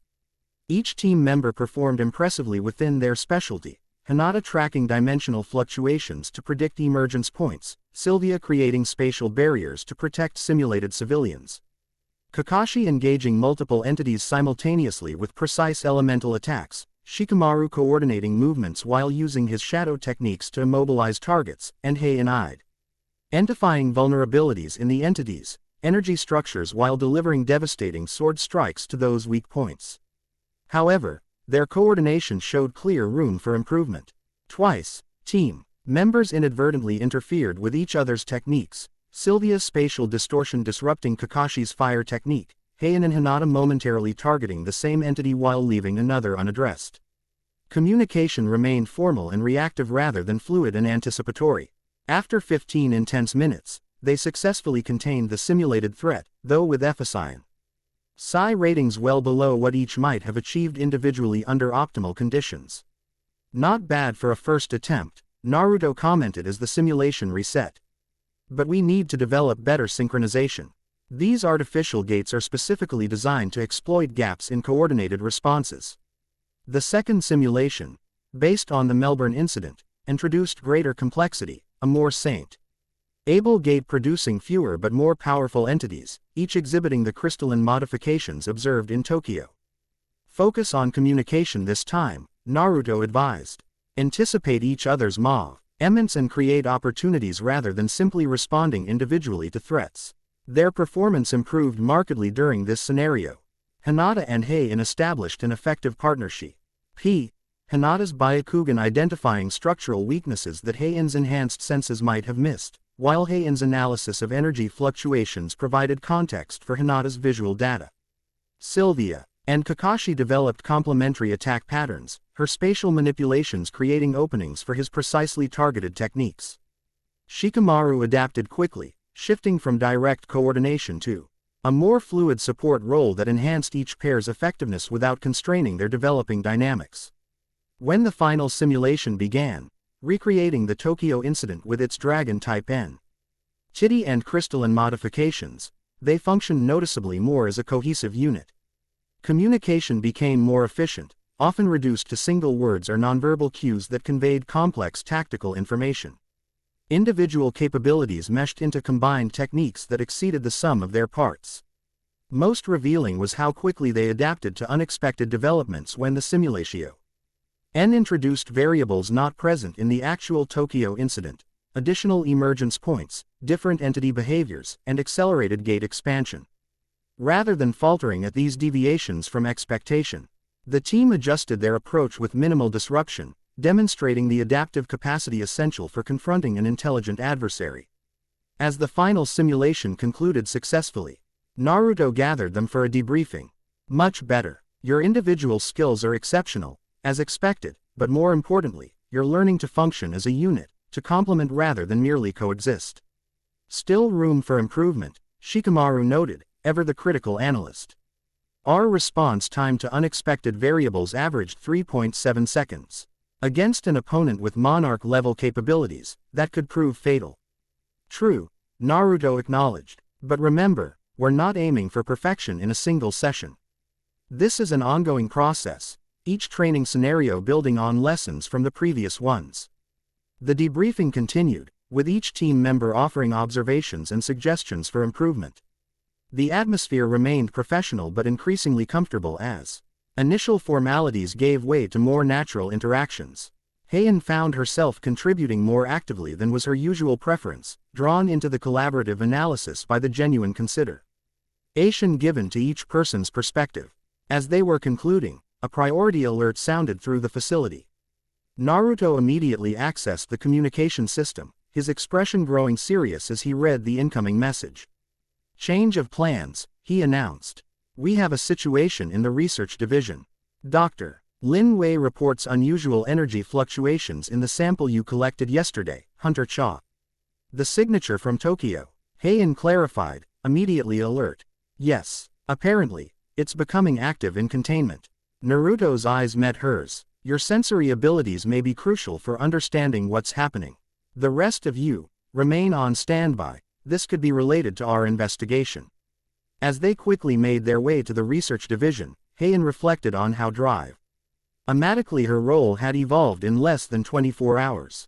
From newly transferred hunter to key member of an elite task force investigating potentially the greatest threat since the dimensional merge itself. Whatever was happening with the energy sample she had collected, it represented another piece of the puzzle, another clue to the identity and intentions of the mysterious entity capable of challenging even a sage god. The IHA's Dimensional Research Laboratory occupied a specialized wing designed with multiple containment systems and reality anchoring technology. Unlike conventional scientific facilities with their emphasis on sterile environments and standardized equipment, this lab incorporated elements that would have seemed mystical to pre-merge scientists: sealing arrays, derived from ancient shinobi techniques inscribed alongside quantum stabilizers, barriers that operated simultaneously through technological and metaphysical principles. Dr. Lin Wei stood before a containment chamber at the center of the lab, her petite frame dwarfed by the massive apparatus. Of Chinese descent, she appeared to be in her early 30s, with short practical hair and intense eyes that suggested constant mental calculation. She wore the standard research division uniform with numerous modifications, additional pockets filled with specialized tools, integrated sensor arrays woven into the fabric, and a modified communication device that projected holographic data within her peripheral vision. Uzumaki-san, thank you for coming so quickly, she greeted as Naruto and Hae-In entered, her accent slight but noticeable. The sample has begun exhibiting unusual properties approximately 17 minutes ago. Inside the containment chamber, the crystalline container Hae-In had used to collect the energy signature from Tokyo pulsed with purplish light, each flash slightly stronger than the previous. Define unusual properties, Naruto requested, studying the phenomenon with narrowed eyes. The energy is replicating itself, drive.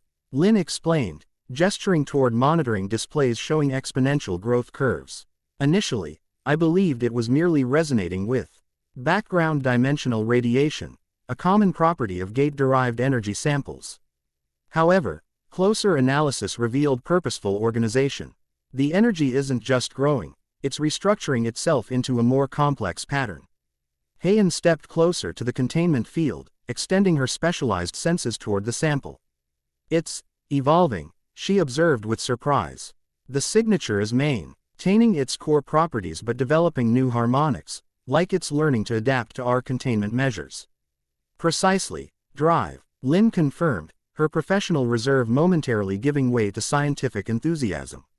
It's demonstrating properties consistent with semi-sentient energy constructs, similar to certain S-class entities but significantly more advanced in its organizational complexity.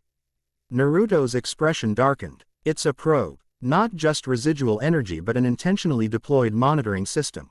That would explain why it remained dormant until brought within proximity of significant dimensional technology. Dr. Lin agreed, rapidly inputting commands to adjust containment parameters. It's gathering data on our facilities. Can you isolate what specific information it's targeting? Naruto asked. Difficult to determine precisely, but based on its resonance patterns. Dr. Lin studied the fluctuating displays. It appears most responsive to dimensional stabilization frequencies, the technology we use to prevent reality distortion around gates. Hae-In continued her sensory analysis, noticing something the instruments might have missed. There's a communication attempt embedded in the energy pattern, she reported. Not directed at our systems, but outward. It's trying to transmit. This assessment transformed the situation from concerning to potentially critical. If the energy sample was indeed a sophisticated probe capable of transmitting intelligence about IHA containment technologies to whoever had created the artificial gates. Increase containment to maximum level, Naruto ordered. Full spectrum dimensional isolation. Dr. Lin complied immediately, activating additional security measures. The containment field intensified, RS of blue-white energy enveloping the chamber as ancient sealing formulas materialized around its perimeter. For a moment, it seemed to work. The purplish pulsing dimmed as the enhanced barriers restricted its activity. Then, without warning, the energy sample flared brilliantly, its light shifting from purple to deep crimson. Containment field is holding, drive, Lin reported, though her tone suggested surprise. But the energy is still active. It's adapting to each restriction we impose, finding resonance gaps in our isolation protocols. Naruto stepped forward, golden energy beginning to shimmer around his form as he prepared to intervene directly. Before he could act, however, Hae-In made a startling observation. "It's not trying to escape," she said suddenly, her enhanced senses detecting patterns invisible to instruments. "It's leaving something behind. Like it's shedding a layer of itself." The crimson light pulsed one final time before collapsing inward, leaving only a faint residual glow within the crystalline container. Simultaneously, monitoring systems throughout the laboratory registered a microsecond power fluctuation, barely noticeable but affecting every system connected to the main power grid. "It transmitted, drive," Lin confirmed grimly, reviewing diagnostic data. "Used our own power distribution network as a carrier signal. Highly sophisticated APROAC. It essentially converted part of itself into an information packet that could travel through conventional electrical systems." "Can we trace it?" Naruto asked, already anticipating the answer. "Unlikely. The transmission was encoded and distributed across multiple redundant pathways. By the time we isolate the pattern, any receiving system would have processed and deleted the original signal." Hae-In continued examining the remaining energy in the container. "The signature has changed. What's left appears dormant. Just ordinary residual gate energy without the organizational properties. It completed its mission," Naruto concluded, his expression grave. "Gathered whatever information it was designed to collect and transmitted back to its source." The implications hung heavily in the air. Whatever entity was creating these artificial gates now potentially possessed detailed intelligence about IHA containment technologies and dimensional stabilization systems. "I should have CTED this capability when I collected the sample," Hae-In stated, her professional pride clearly wounded by this oversight. The dormancy phase concealed its true nature. "Don't blame yourself," Naruto reassured her. "This level of sophistication in energy constructs is unprecedented. Even Kurama didn't sense anything unusual about it initially." Dr. Lin was already analyzing the event data, our fingers moving rapidly across multiple interfaces. "Based on transmission characteristics, I might be able to develop countermeasures for future encounters." The energy construct left traces of its operational parameters in our systems. "Do it," Naruto instructed. "Priority authorization for whatever resources you need." He turned to Hae-In. "This confirms our suspicions about an intelligent adversary with advanced dimensional manipulation capabilities. Your ability to detect these energy patterns will be crucial moving forward." Hae-In nodded, accepting the responsibility while already considering how to refine her sensory techniques to better identify such disguised threats in the future. As they left the laboratory, allowing Drive Lin to begin her analysis, Naruto's communication device activated. The message was brief but significant. Multiple dimensional anomalies detected in 7 locations globally. Pattern consistent with previous artificial gates but at sub-manifestation levels. Monitoring systems on high alert. Quote, "The game of move and countermove had escalated. Whatever entity lurked behind these incidents was accelerating its timeline, perhaps responding to the intelligence just transmitted by its energy probe. Inform the team," Naruto instructed Hae-In. "Full readiness protocol effective immediately. We may be facing multiple simultaneous incidents within hours." As they moved swiftly through the corridors toward the command center, Naruto added something that sent a chill through Hae-In despite her normally composed demeanor. "Whatever's coming," he said quietly. "It wants us to know it's coming. These aren't just tests anymore, they're announcements." The question that remained unspoken between them was simple but troubling. What kind of entity deliberately provokes a confrontation with a sage god? Chapter 2 End. Chapter 3. The Science of Divinity. Dawn spilled reluctantly through rain-darkened clouds over IHA headquarters, casting the research division in muted gray light. Dr. Lin Wei had not left her laboratory since the energy sample incident 12 hours earlier. Surrounded by holographic displays showing complex dimensional equations and energy pattern analyses, she moved between workstations with focused intensity, her petite frame energized by scientific determination rather than the stimulants that littered her desk, half-empty coffee cups and energy drink containers forming a caffeinated timeline of her overnight work. The laboratory door slid open, admitting Shikamaru Nara. He surveyed the chaos of scattered notes and active displays with a raised eyebrow before addressing the scientist. Troublesome night. Lin barely glanced up from her analysis. Productive night. Dimensional energy constructs don't conform to conventional classification parameters. I've had to develop new analytical frameworks to properly understand what we're dealing with. Shikamaru approached her primary workstation, studying the complex mathematical models rotating above it. Despite his deliberate projection of laziness, his sharp mind immediately grasped the implications. You've identified a pattern in the artificial gate appearances. More than a pattern, Lin confirmed, gesturing toward a global projection. 7 pulsing points of light appeared across different continents, each accompanied by timestamps and energy readings. These anomalies aren't random. They're forming a geometric configuration, a dimensional resonance network. Like a summoning array, Shikamaru observed, making the connection to traditional shinobi techniques. But planetary scale. Lin nodded, her eyes bright with the excitement of discovery despite her exhaustion. Exactly. Each anomaly serves as an anchor point, creating a stable framework for something larger. If my calculations are correct, these 7 points are merely preliminary, establishing baseline dimensional coordinates for a much more significant manifestation. She manipulated the holographic display, extrapolating additional points that completed a complex geometric pattern spanning the globe. Once fully established, this network could theoretically support a stable, dimensional overlay, essentially allowing selective merging of realities without the chaotic effects of the original catastrophe. Shikamaru's expression darkened as he processed the implications. So, Mion's trying to trigger another dimensional merge, but controlled this time. Not just controlled, Lin corrected, pulling up another display showing energy comparison charts. Directed. The energy Y signatures suggest specific targeting parameters, reality selection rather than random convergence. Before Shikamaru could respond, his communication device activated with a priority alert. He scanned the message, his typically lazy demeanor sharpening into focused attention. The anomaly in Brazil just progressed to early gate formation, 6 hours ahead of projected timeline.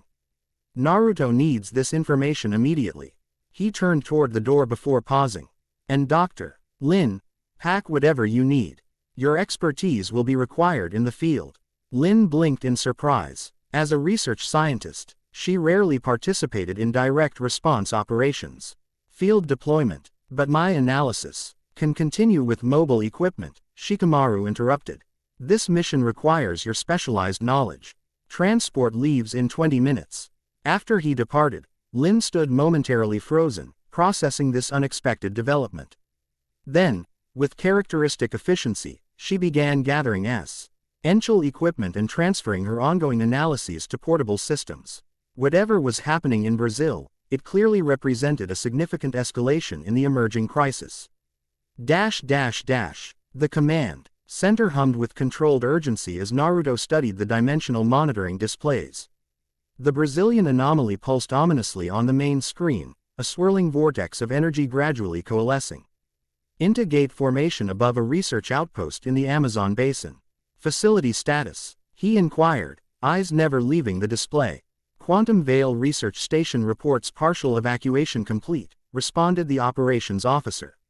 17 personnel still inside, including Drive Vasquez's core research team. They're attempting to secure critical data and samples before final evacuation.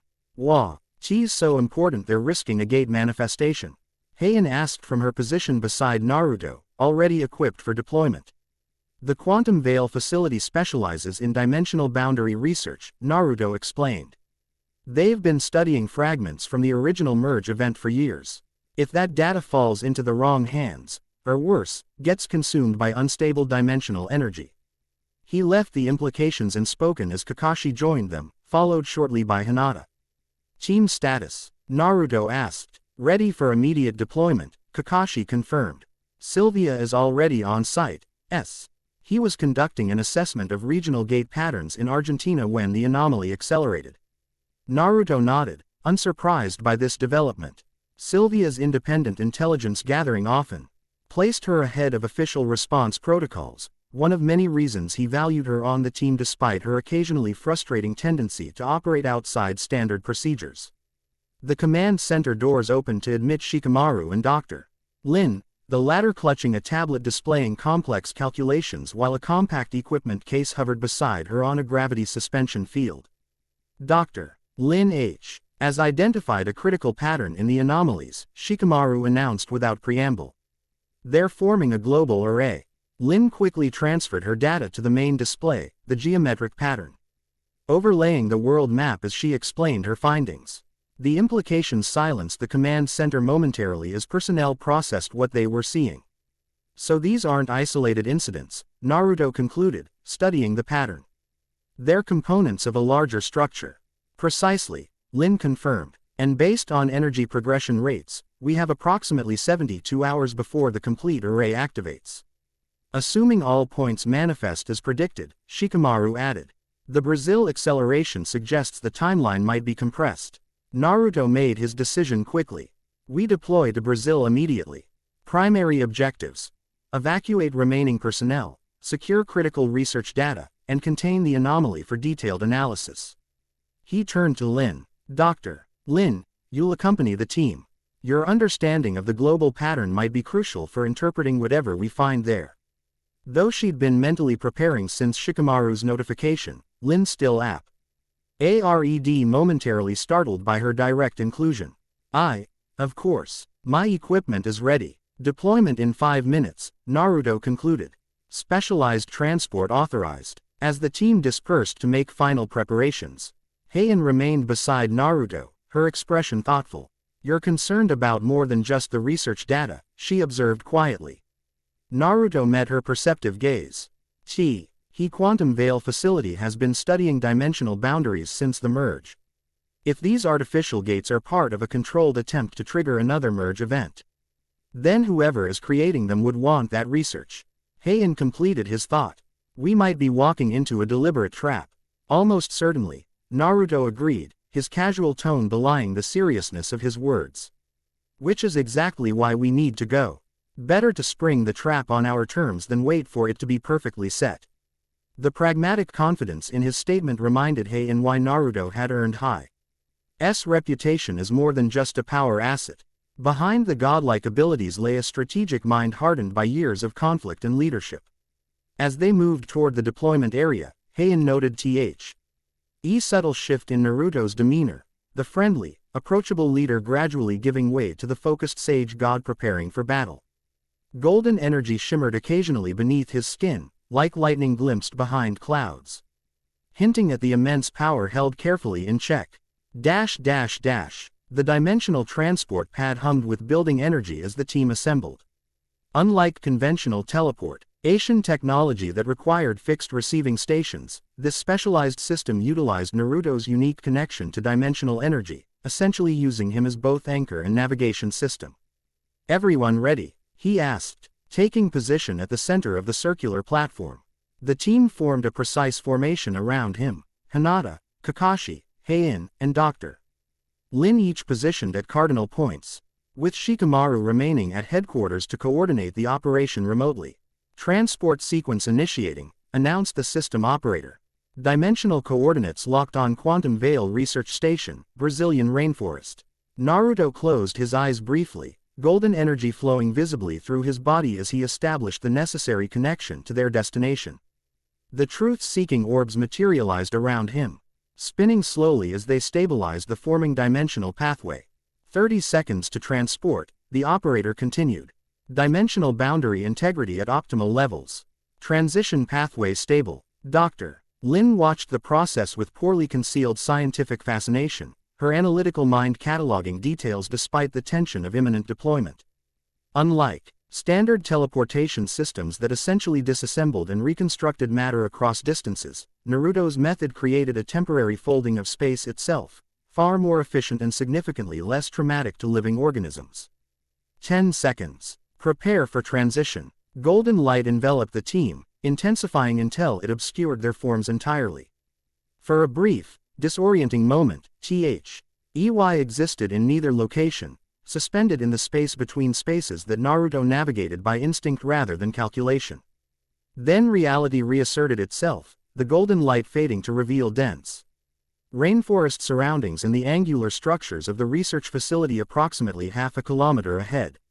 The transition had deposited them at a safe distance rather than directly inside a street. Andard precaution when approaching potentially compromised locations.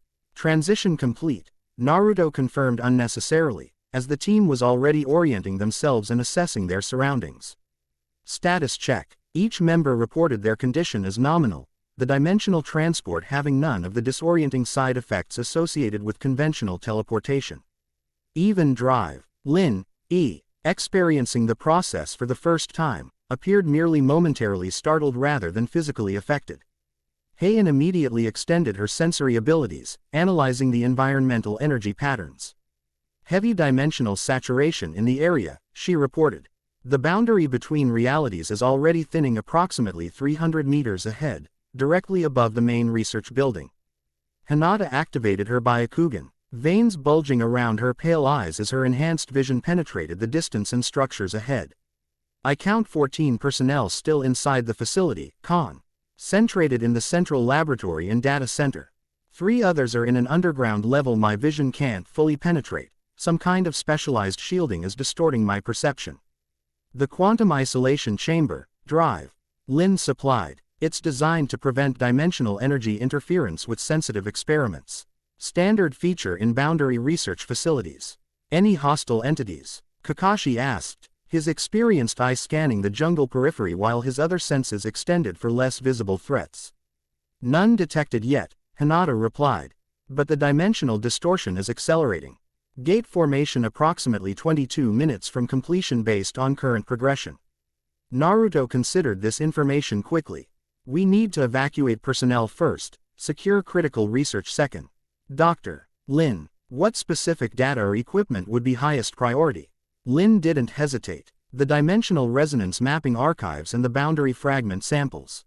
The former would be in the central data core, the latter in the quantum isolation chamber. 2 teams, then, Naruto decided. Hinata and Dr. Lin will secure the data core.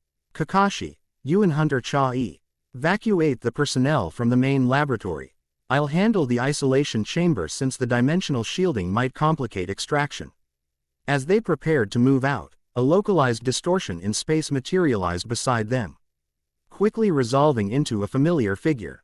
Sylvia Rivera emerged from her self-created spatial pocket, her tactical gear showing signs of recent activity.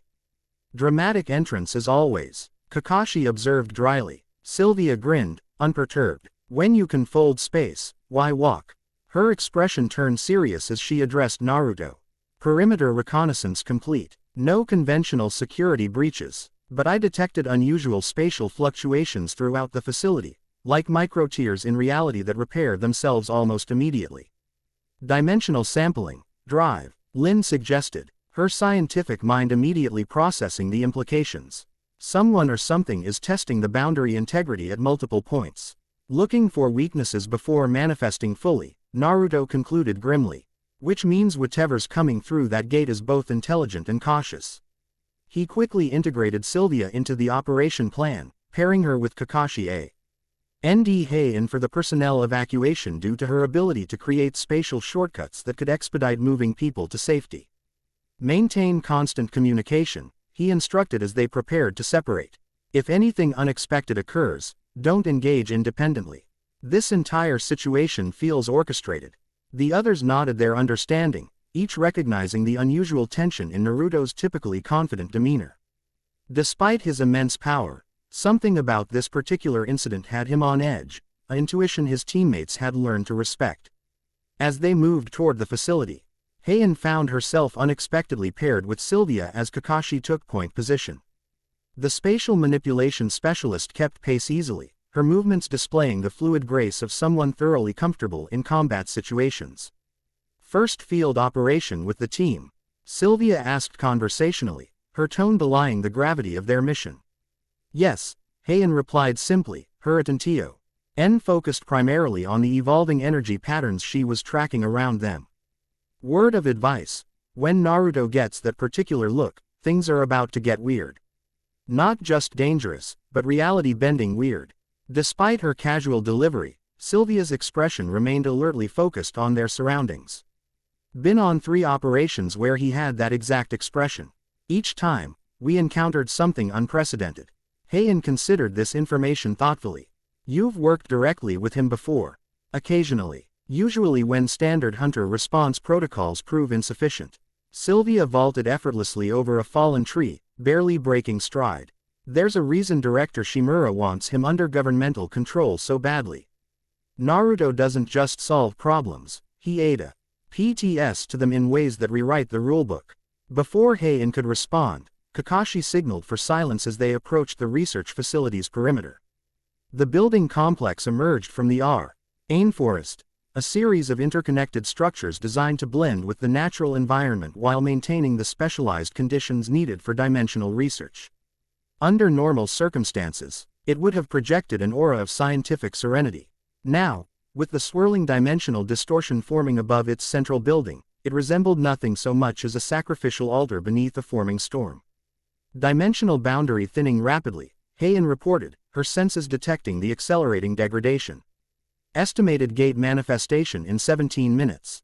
Sylvia placed her palm against the air, sensing spatial distortions with her specialized abilities. The micro-tears are increasing in frequency. Whatever's coming is getting impatient. Kakashi activated his communication device. Team 2 in position. Proceeding to main laboratory for personnel evacuation. Confirmed, came Naruto's response. Team 1 approaching data core. Proceed with extraction. As they entered the facility through a side entrance, the interior revealed an unsettling tableau.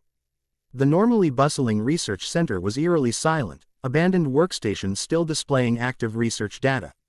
Coffee cups half full beside complex equipment. The evacuation had clearly been hurried but orderly. No signs of panic or chaos, just the abrupt absence of people from an otherwise functional environment. Sylvia consulted the facility schematic displayed on her tactical device. Main laboratory 2 levels up. Central stairwell should be. She stopped abruptly as her spatial senses detected something abnormal. Without explanation, she grabbed both Kakashi and Hae-In, pulling them back just as the corridor ahead shimmered and briefly distorted, reality itself folding inward before snapping back to normal configuration. Spatial anomaly, she explained tersely. The boundary between dimensions is becoming unstable throughout the building, not just at the gate formation point. That's not standard gate behavior, Kakashi noted, his experienced eye narrowing. Even S-rank manifestations maintain relatively stable perimeters until fully formed. Hae-In extended her senses toward the distortion point, analyzing its residual energy. It's the same signature from Tokyo in the energy sample, artificial manipulation rather than natural dimensional bleeding.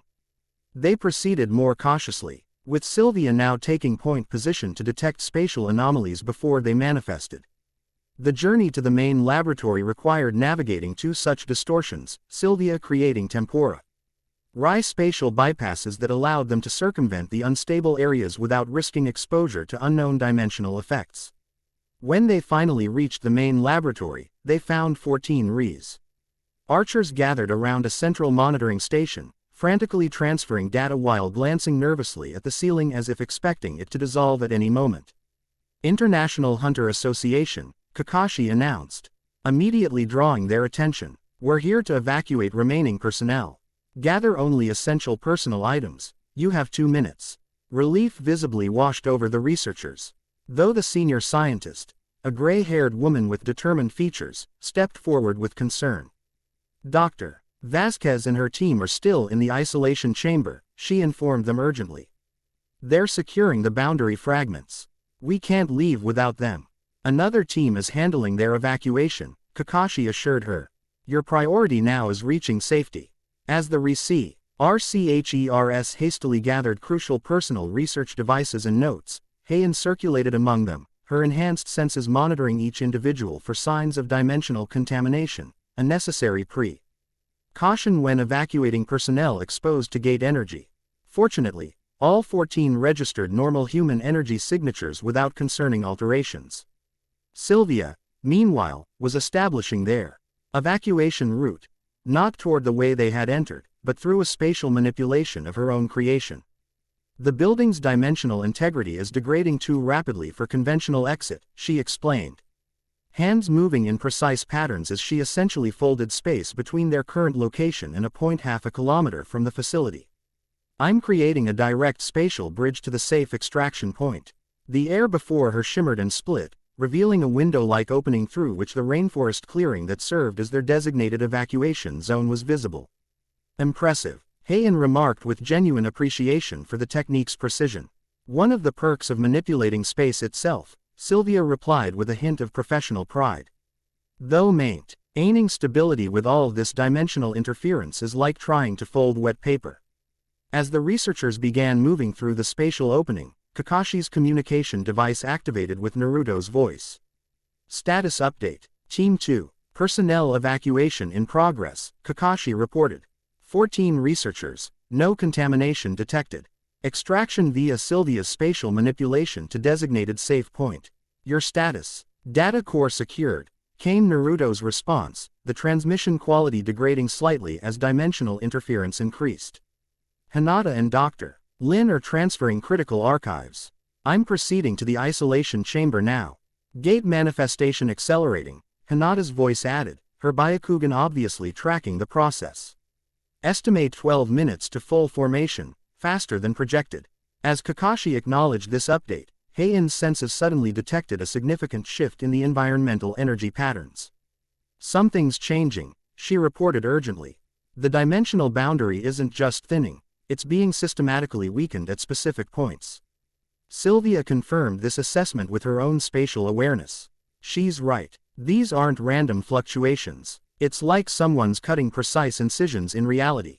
Deliberate weakening of dimensional integrity, Kakashi translated grimly. Naruto needs to know. Before he could complete the transmission, the entire building shuddered violently as multiple spatial anomalies manifested simultaneously throughout the structure.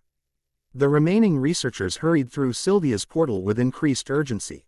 The last one barely clearing the opening before the laboratory ceiling cracked, purplish energy bleeding through like luminescent veins. Complete the evacuation, Kakashi ordered Sylvia. Hunter Cha and I will proceed to support Naruto. Sylvia looked ready to object before reluctantly nodding, the researcher's safety taking priority over her clear preference to remain with the primary team. Be careful. These spatial distortions aren't following any pattern I recognize. As she departed through her own portal, carefully maintaining its stability for the evacuees. Kakashi and Hae-In moved swiftly toward the isolation chamber where Naruto was headed.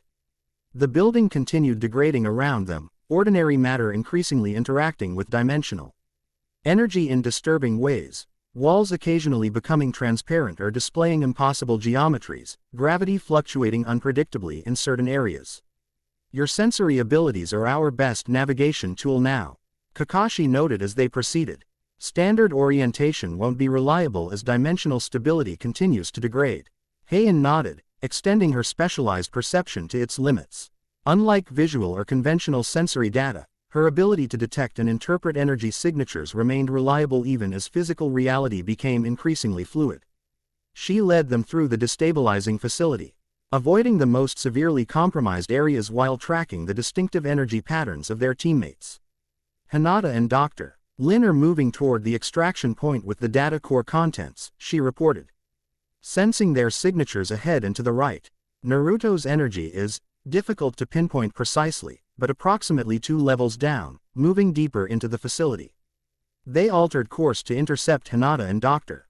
Lin first, finding them in a corridor where reality remained relatively stable.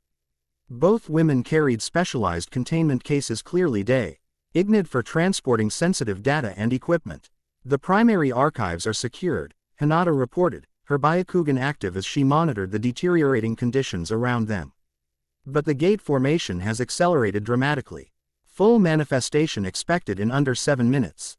And the spatial anomalies are multiplying, Lin added, her scientific detachment partially overtaken by understandable concern. This pattern of degradation is unlike anything in our records. It's as if the dimensional boundary is being systematically disassembled rather than simply breached. Where's Naruto? Kakashi asked, already suspecting the answer. He proceeded to the isolation chamber alone, Hinata confirmed, worry evident beneath her composed exterior. The specialized shielding prevents clear visualization, but the chamber appears to be the focal point for the unusual degradation pattern. A decision point. Protocol dictated securing already retrieved personnel and data before attempting additional extractions, especially under rapidly deteriorating conditions. But all of them recognized the significance of whatever was occurring in the isolation chamber, and none were willing to abandon Naruto to face it alone. Regardless of his immense personal power. Dr. Lin, proceed to the extraction point with the archived data, Kakashi decided. Hinata, Hunter Cha, Wheel Contin. UE to the isolation chamber to support Naruto. The scientist hesitated only briefly before nodding, recognizing her responsibility to secure the invaluable research they'd already retrieved. The CH. Amber is accessed through the Dimensional Physics Laboratory, 2 levels below. Security protocols will likely have failed under these conditions. As Dr. Lin departed toward the extraction point, remaining team members moved deeper into the facility, navigating increasingly unstable reality conditions. Twice they encountered areas where ordinary space had completely broken down, corridors looped impossibly back on themselves, or rooms that existed simultaneously in multiple dimensional states.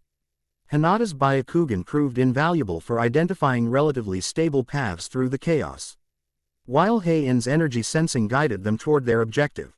Kakashi, drawing on decades of experience with extraordinary phenomena, maintained their strategic focus despite the disorienting conditions. When they finally reached the laboratory preceding the isolation chamber, they encountered their first direct opposition. The dimensional distortions had manifested into semi-solid entities, vaguely humanoid forms composed of swirling purplish-black energy that moved with disturbing purpose through the destabilized environment.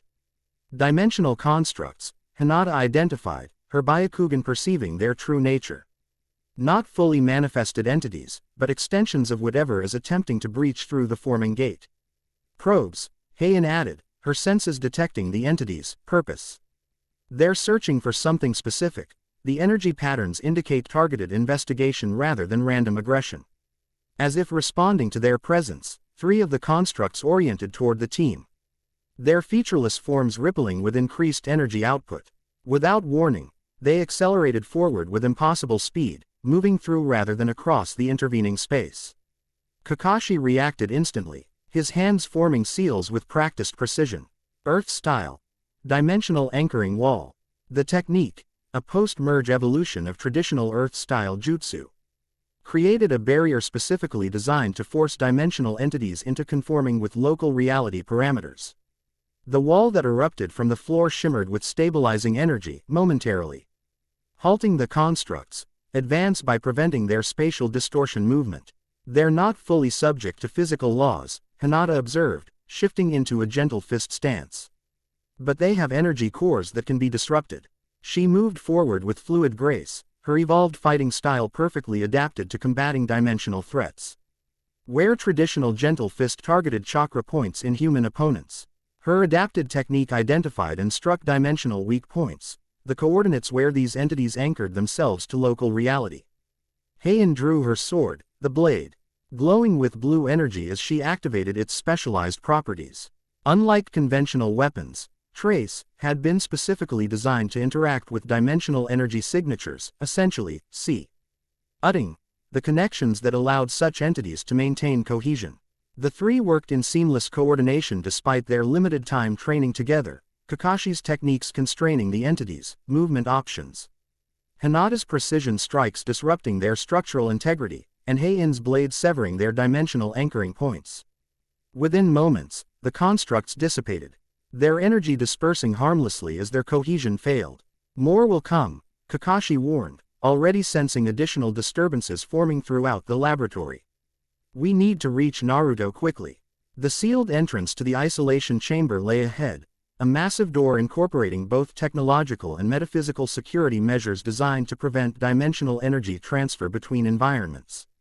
Under normal circumstances, accessing it would have required multiple authorization protocols. Now, with facility systems failing and reality itself breaking down around them, the door stood partially open. Purplish light spilling through the gap. Hinata approached the opening first, her Byakugan straining to penetrate the specialized shielding. I can partially see inside. Naruto is there, and something else. The dimensional distortion is too severe for clear visualization. Hae-In extended her senses toward the chamber, analyzing the complex energy patterns emanating from within. Multiple signatures present. Naruto's energy is active. He's engaged with something powerful. There's another presence, similar to the Tokyo signature but significantly stronger. Without further discussion, they proceeded through the doorway into the isolation chamber beyond. The scene that greeted them defied conventional description. Reality itself seemed to be folding and unfolding within the circular room. Ordinary matter interacting with dimensional energy in ways that created impossible geometries and physics-defying phenomena. At the center stood Naruto, golden energy flowing around his form as he maintained a complex barrier containing what appeared to be a swirling vortex of purplish-black energy. Unlike the forming gate above the facility, this distortion seemed controlled. Purposeful, an intentional opening between dimensions rather than a chaotic breach.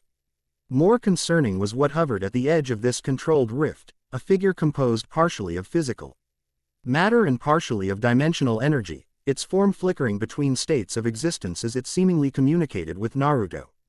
Though humanoid in basic configuration, its features constantly shifted, making precise identification impossible. Cannot stop what has already begun, the entity was saying, its voice resonating with harmonic overtones that suggested simultaneous speech across multiple dimensional planes. The convergence approaches, Sage God. Your resistance merely determines which side of the divide you will occupy when worlds realign. Naruto's response was calm despite the obvious strain of maintaining the containment barrier. I've heard similar claims before. Reality isn't yours to reshape according to your vision. Not my vision, the entity corrected, gesturing toward the dimensional rift behind it. The natural order reasserting itself after your unintended disruption 5 years ago. The merge was incomplete. Dimensions left in unstable configuration, Nate. Her properly separated nor fully integrated. The entity's shifting form momentarily stabilized, revealing features that appeared almost familiar, as if assembled from fragmented memories of human errance rather than reflecting any specific individual.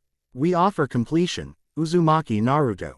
The final convergence that will stabilize what you accidentally began. Naruto's eyes narrowed, truth see.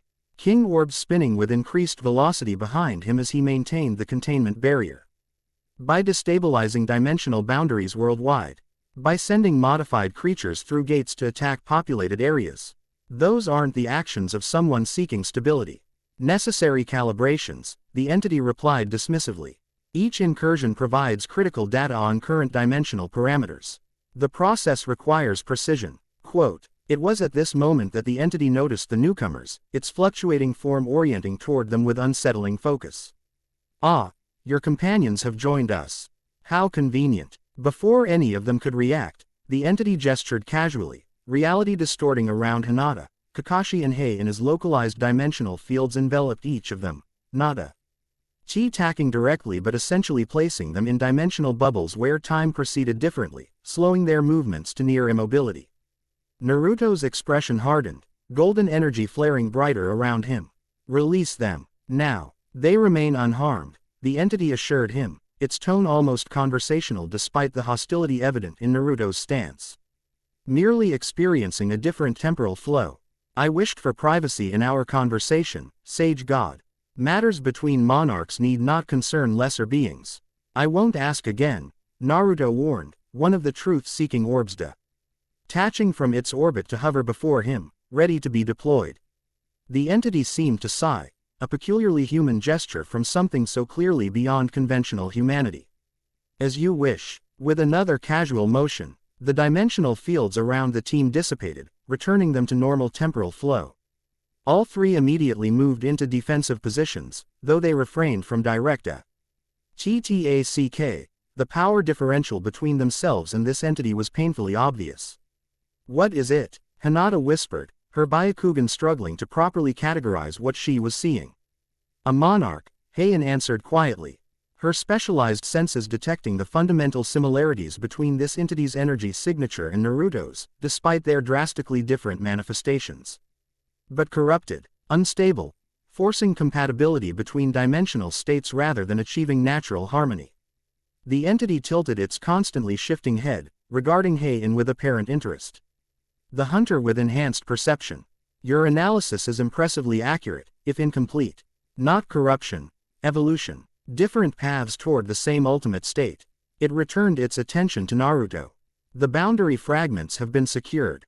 This particular conversation concludes for now. Its form began to lose cohesion, merging gradually with the dimensional rift behind it. Consider what I've said, Sage God. The convergence approaches regardless of your participation. Better to shape it than resist futilely. Who are you? Naruto demanded, maintaining his containment barrier even as the entity retreated. What should I call the being so eager to risk countless lives for this convergence? The entity paused in its withdrawal, form briefly stabilizing into a more distinctly humanoid configuration.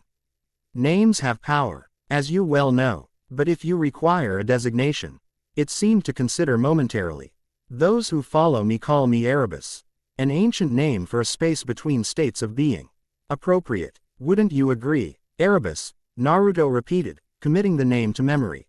This isn't over. Indeed not, the entity, Erebus, agreed, almost amicably. It has barely begun. With those words, it disappeared completely into the dimensional rift, which immediately began to collapse in upon itself. Simultaneously, the entire facility shuddered violently as the G8 forming above accelerated toward final manifestation. We need to evacuate immediately, Kakashi urged, already moving toward the exit. This entire structure is becoming dimensionally unstable. Naruto nodded, releasing his containment barrier as the rift fully closed. The boundary fragments, they're gone. That's what it came for. What are these fragments? Hae-In asked as they rapidly made their way back through the deteriorating facility. Physical pieces of the original dimensional boundary that separated realities before the merge, Naruto explained, golden energy occasionally Laring around him as he automatically stabilized particularly dangerous spatial distortions they passed. They contain unique properties, essentially the DNA of pre-merge dimensional structure. Theoretical applications include everything from targeted dimensional travel to reality reconstruction. And now this Erebus has them, Hinata observed grimly. Along with the research data needed to utilize them effectively, Kakashi added. The data core extraction was likely a distraction, letting us secure duplicate information while the originals and the truly irreplaceable physical samples were the real target. They reached the upper levels of the facility to find reality increasingly broken down, walls and floors existing in quantum superposition, simultaneously solid and non-existent.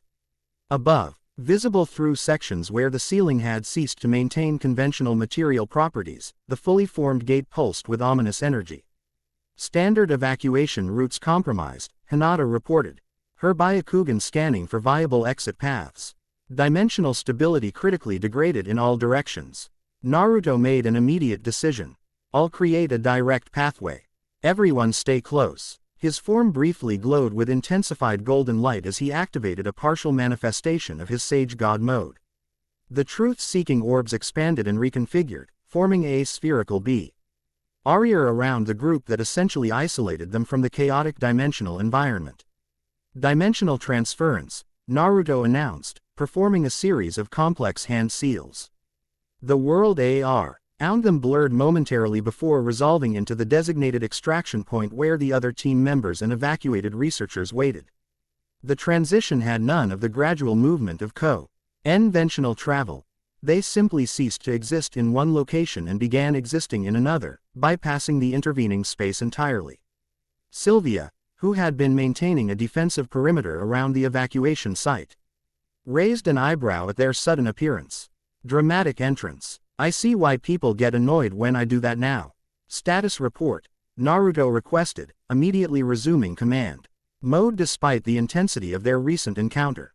All researchers evacuated safely, Sylvia confirmed.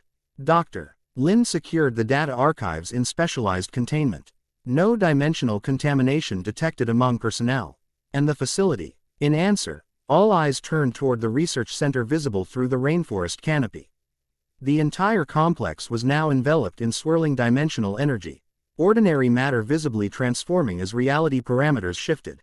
Above it, the fully manifested gate hung like a malevolent eye, pulsing with purplish-black energy that occasionally discharged into the surrounding atmosphere. Complete dimensional collapse, drive. Lin observed clinically, though her expression revealed appropriate concern. The entire area will become a dimensional DEAD zone. Physical laws partially suspended, reality parameters fluctuating unpredictably. Can it be contained? One of the senior researchers asked nervously. Naruto studied the phenomenon carefully before responding. Yes, but not reversed. Once dimensional stability degrades beyond a certain threshold, the affected area essentially establishes new baseline parameters. He turned to the assembled team. Hinata, Kakashi, establish a preliminary containment perimeter with the equipment we brought. Hunter Cha, work with Dr. Lin to determine if this manifestation matches the pattern of the other artificial gates. Sylvia, I need you to create spatial monitoring points at 1 kilometer intervals around the affected zone. We need to track the rate of expansion. As the team dispersed to their assigned tasks, Naruto remained momentarily still, his gaze fixed on the dimensional catastrophe engulfing the research facility. Despite his outward composure, those closest to him might have the subtle tension in his stance, not fear, but the focused concentration of someone calculating multiple complex scenarios simultaneously. The encounter with Erebus had confirmed their worst suspicions while raising disturbing new questions. Another monarch had emerged, one with apparent control over dimensional boundaries and a clear agenda involving something called the convergence. More concerning was the entity's confidence, its apparent belief that Naruto would eventually see the necessity of its actions. For now, containment took priority. The immediate threat to human life had been mitigated through successful evacuation, but the dimensional dead zone would continue expanding without intervention. Establishing stable containment parameters would require Naruto's direct involvement, essentially creating a new dimensional boundary to replace the one that had broken down. As he prepared for this demanding task, Hae-In approached with preliminary findings from her analysis with Dr. Lin. The energy signature matches the Tokyo and Melbourne gates, she reported, but with significantly higher complexity. The dimensional resonance is calibrated differently, designed for sustained manifestation rather than temporary incursion. A permanent anchor point, Naruto translated, immediately grasping the implications.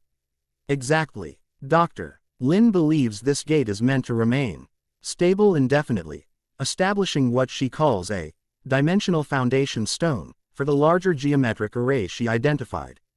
Naruto absorbed this information with growing concern, and the other anomalies worldwide, accelerating toward manifestation, according to latest reports from headquarters. The pattern is consistent, each progression triggering acceleration in the others, like a cascade effect. This confirmed what Naruto had suspected since their encounter with Erebus. These weren't isolated incidents but coordinated components of a larger system, one designed to fundamentally alter the relationship between dimensions on a global scale. The convergence, he murmured, recalling the entity's ominous term. Naruto, Hae-In said, her typically professional demeanor giving way to genuine concern. What exactly did that entity mean about completing what you started? About the merge being incomplete. He met her gaze directly, recognizing that after what she had witnessed, she deserved honesty rather than evasion. When the dimensional merge occurred 5 years ago, it wasn't a clean integration of realities. Some aspects of each dimension remained separate while others combined. The result is our current reality, a hybrid state that functions but contains inherent instabilities. And this Erebus believes these instabilities need to be resolved through another merge event. Apparently, though I suspect its actual motives are more complex than mere dimensional stability. Naruto's expression darkened slightly. Entities capable of achieving monarch status rarely have simple objectives. Before they could discuss further, Sylvia returned from establishing the spatial monitoring points, her usual confident demeanor tempered by the gravity of her findings.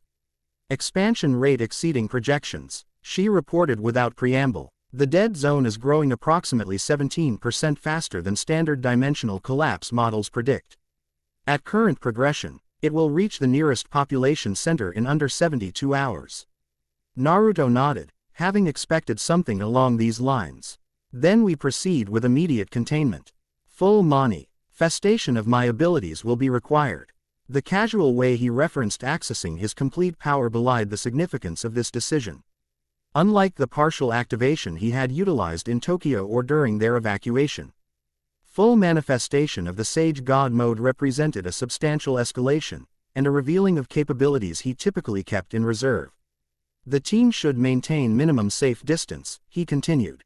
Dimensional reconfiguration at this scale produces significant reality distortion even for observers.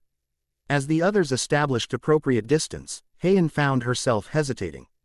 Her sensory abilities gave her unique perspective on dimensional phenomena. Potentially valuable data could be gathered from observing Naruto's full abilities up close.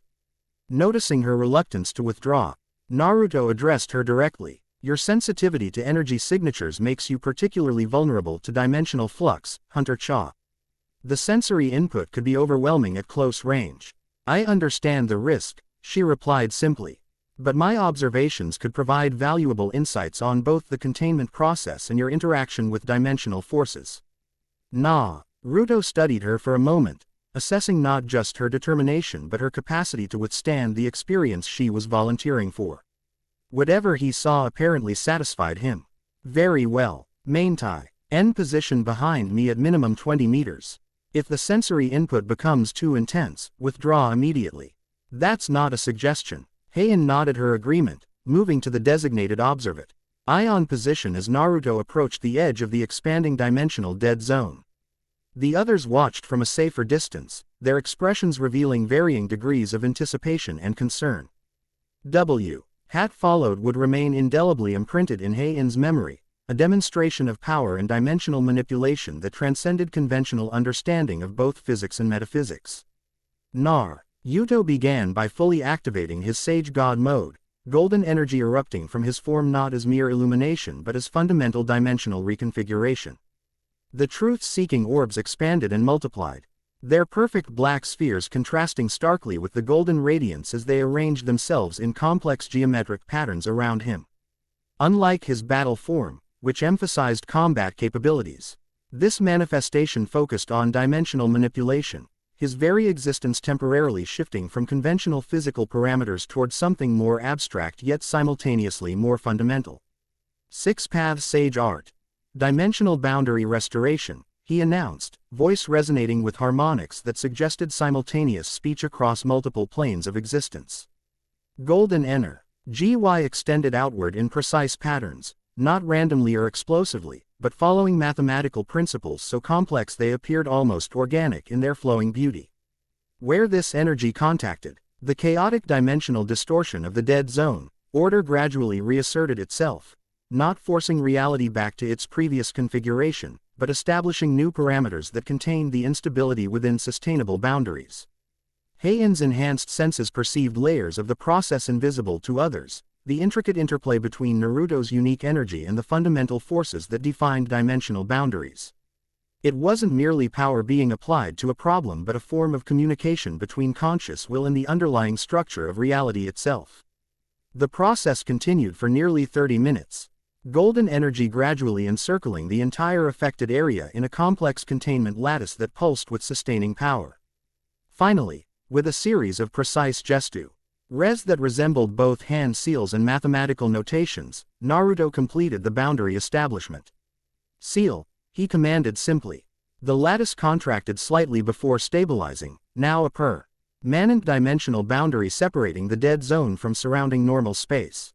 The gate above the research facility remained visible but contained, still active but no longer expanding or influencing its environment. As Naruto gradually deactivated his enhanced state, returning to his standard form, Hae-In approached cautiously. Despite her professional composure, the awe she felt was difficult to conceal entirely. The containment appears stable, she observed, analyzing the newly established boundary with her specialized senses. The dimensional resonance is balanced, self-sustaining rather than requiring continuous external energy. It will hold, Naruto confirmed, fatigue briefly visible in his features before his remarkable recovery abilities suppressed it. Though maintaining this boundary and establishing similar ones at the other manifestation points will require significant resources. The rest of the team joined them, each processing what they had witnessed in their own way. For Hinata and Kakashi, who had known Naruto since childhood, there was pride mingled with lingering amazement at what their former teammate had become. For Sylvia, professional appreciation of power expertly applied. For Dr. Lin, barely contained scientific fascination with the phenomenal dimensional manipulation she had just observed. The data recovered from the facility should be analyzed immediately, Naruto decided as they prepared for extraction. Dr. Lin, you'll coordinate with Research Division to determine exactly what Erebus might have learned from the boundary fragments. Of course, she agreed eagerly, already anticipating the scientific challenges ahead. What about the other manifestation points? Kakashi inquired. We'll need to establish similar containment measures at each location, Naruto replied. But more importantly, we need to understand the complete pattern, what final configuration these gates are building toward. As preparations for departure proceeded, Hae-In found herself standing slightly apart, still processing the extraordinary sensory experience of witnessing Naruto's full abilities. Unlike ordinary power displays, which merely impressed through scale or intensity, what she had observed revealed something far more profound about the nature of his transformation. The sage god wasn't merely a being of immense power, he represented a fundamentally different relationship with reality itself, a conscious bridge between dimensional states that could communicate with the underlying structure of existence. Overwhelming, isn't it? Sylvia commented, joining her at the observation point. The first time I saw him go full cosmic, I couldn't sleep for 3 days. Kept seeing golden patterns every time I closed my eyes. It's not just the power, Hae-In responded thoughtfully, it's the intentionality behind it. The precision, like watching someone perform impossibly complex surgery on reality itself. Sylvia nodded, understanding exactly what she meant. That's what makes him different from anything else in either world. S-rank hunters, legendary shinobi, they all use power. Naruto converses with it, as they prepared our dimensional transport back to headquarters. The newly contained gate pulsed above the research facility, a silent reminder that despite their successful containment, Erebus had achieved its primary objective. The boundary fragments had been secured, and another component of the global array had been established. Whatever the convergence might be, they were now engaged in a race against its completion, a competition between two monarchs with fundamentally different visions for the future of their merged reality. The return to IHA headquarters revealed the escalating global situation. Command Center buzzed with controlled urgency as monitoring stations tracked dimensional anomalies developing at 6 additional locations worldwide. Holographic displays showed progression timelines for each manifestation, all accelerating toward full gate formation within the next 48 hours. Shikamaru met them as they arrived, his typically lazy demeanor replaced by focused efficiency. The Brazilian containment is holding, but we're detecting similar patterns at the other sites. Moscow, Cairo, Sydney, Vancouver, Mumbai, and Lagos, all progressing toward full manifestation. Precisely as Dr. Lin's model predicted, Naruto noted grimly, studying the global display. They're forming the complete geometric array. And we've detected something else, Shikamaru added, manipulating the display to highlight energy pattern analyses from each location. Dimensional communication between manifestation points, they're synchronizing their development cycles. Dr. Lin immediately moved to a research terminal, transferring her data from the Brazilian facility to the main system for integration with ongoing analysis. The configuration is evolving faster than my original calculations suggested. If these points complete their formation and establish stable dimensional anchors, the entire global array becomes active, Naruto finished her thought. Creating what, exactly? Quote, based on these energy signatures and the configuration parameters. Dr. Lin studied the projections carefully before looking up with grave concern. A dimensional resonance network capable of synchronizing our reality with another specific dimension, essentially forcing alignment between planes of existence that would normally remain separate. The convergence, Hinata murmured, recalling Erebus's terminology. But which dimension is being targeted? Kakashi asked the critical question. And what happens to our current reality during this alignment process? Dr. Lin's expression convey scientific uncertainty, never a reassuring sight when discussing potential global catastrophe. Without more data on the specific dimensional coordinates being targeted, I can only theorize. But base on preliminary analysis of the resonance frequencies. She hesitated before continuing. It appears to be targeting multiple dimensions simultaneously, creating not a simple merge between two realities, but a complex integration of at least 5 distinct dimensional planes. The implications silenced the room momentarily. The original merge 5 years ago, involving primarily 2-dimensional planes, had catastrophically disrupted global civilization and fundamentally altered humanity's relationship with reality. A coordinated merge involving 5 or more dimensions would be exponentially more chaotic. Casualties? Naruto asked quietly. Dr. Lin met his gaze directly. Impossible to calculate precisely, but conservative models suggest at minimum 60% of current population would not survive the transition period. Possibly significantly higher depending on compatibility factors between the merging realities. The stark assessment hung heavily in the air, billions of lives potentially sacrificed for Erebus's vision of dimensional completion. That's not happening, Naruto stated with quiet finality. His tone wasn't angry or emotional, simply the absolute declaration of someone stating a fundamental truth. We stop this now. How? Shikamaru asked, ever the practical tactician. Even with your abilities, establishing containment at 7 locations simultaneously would be challenging.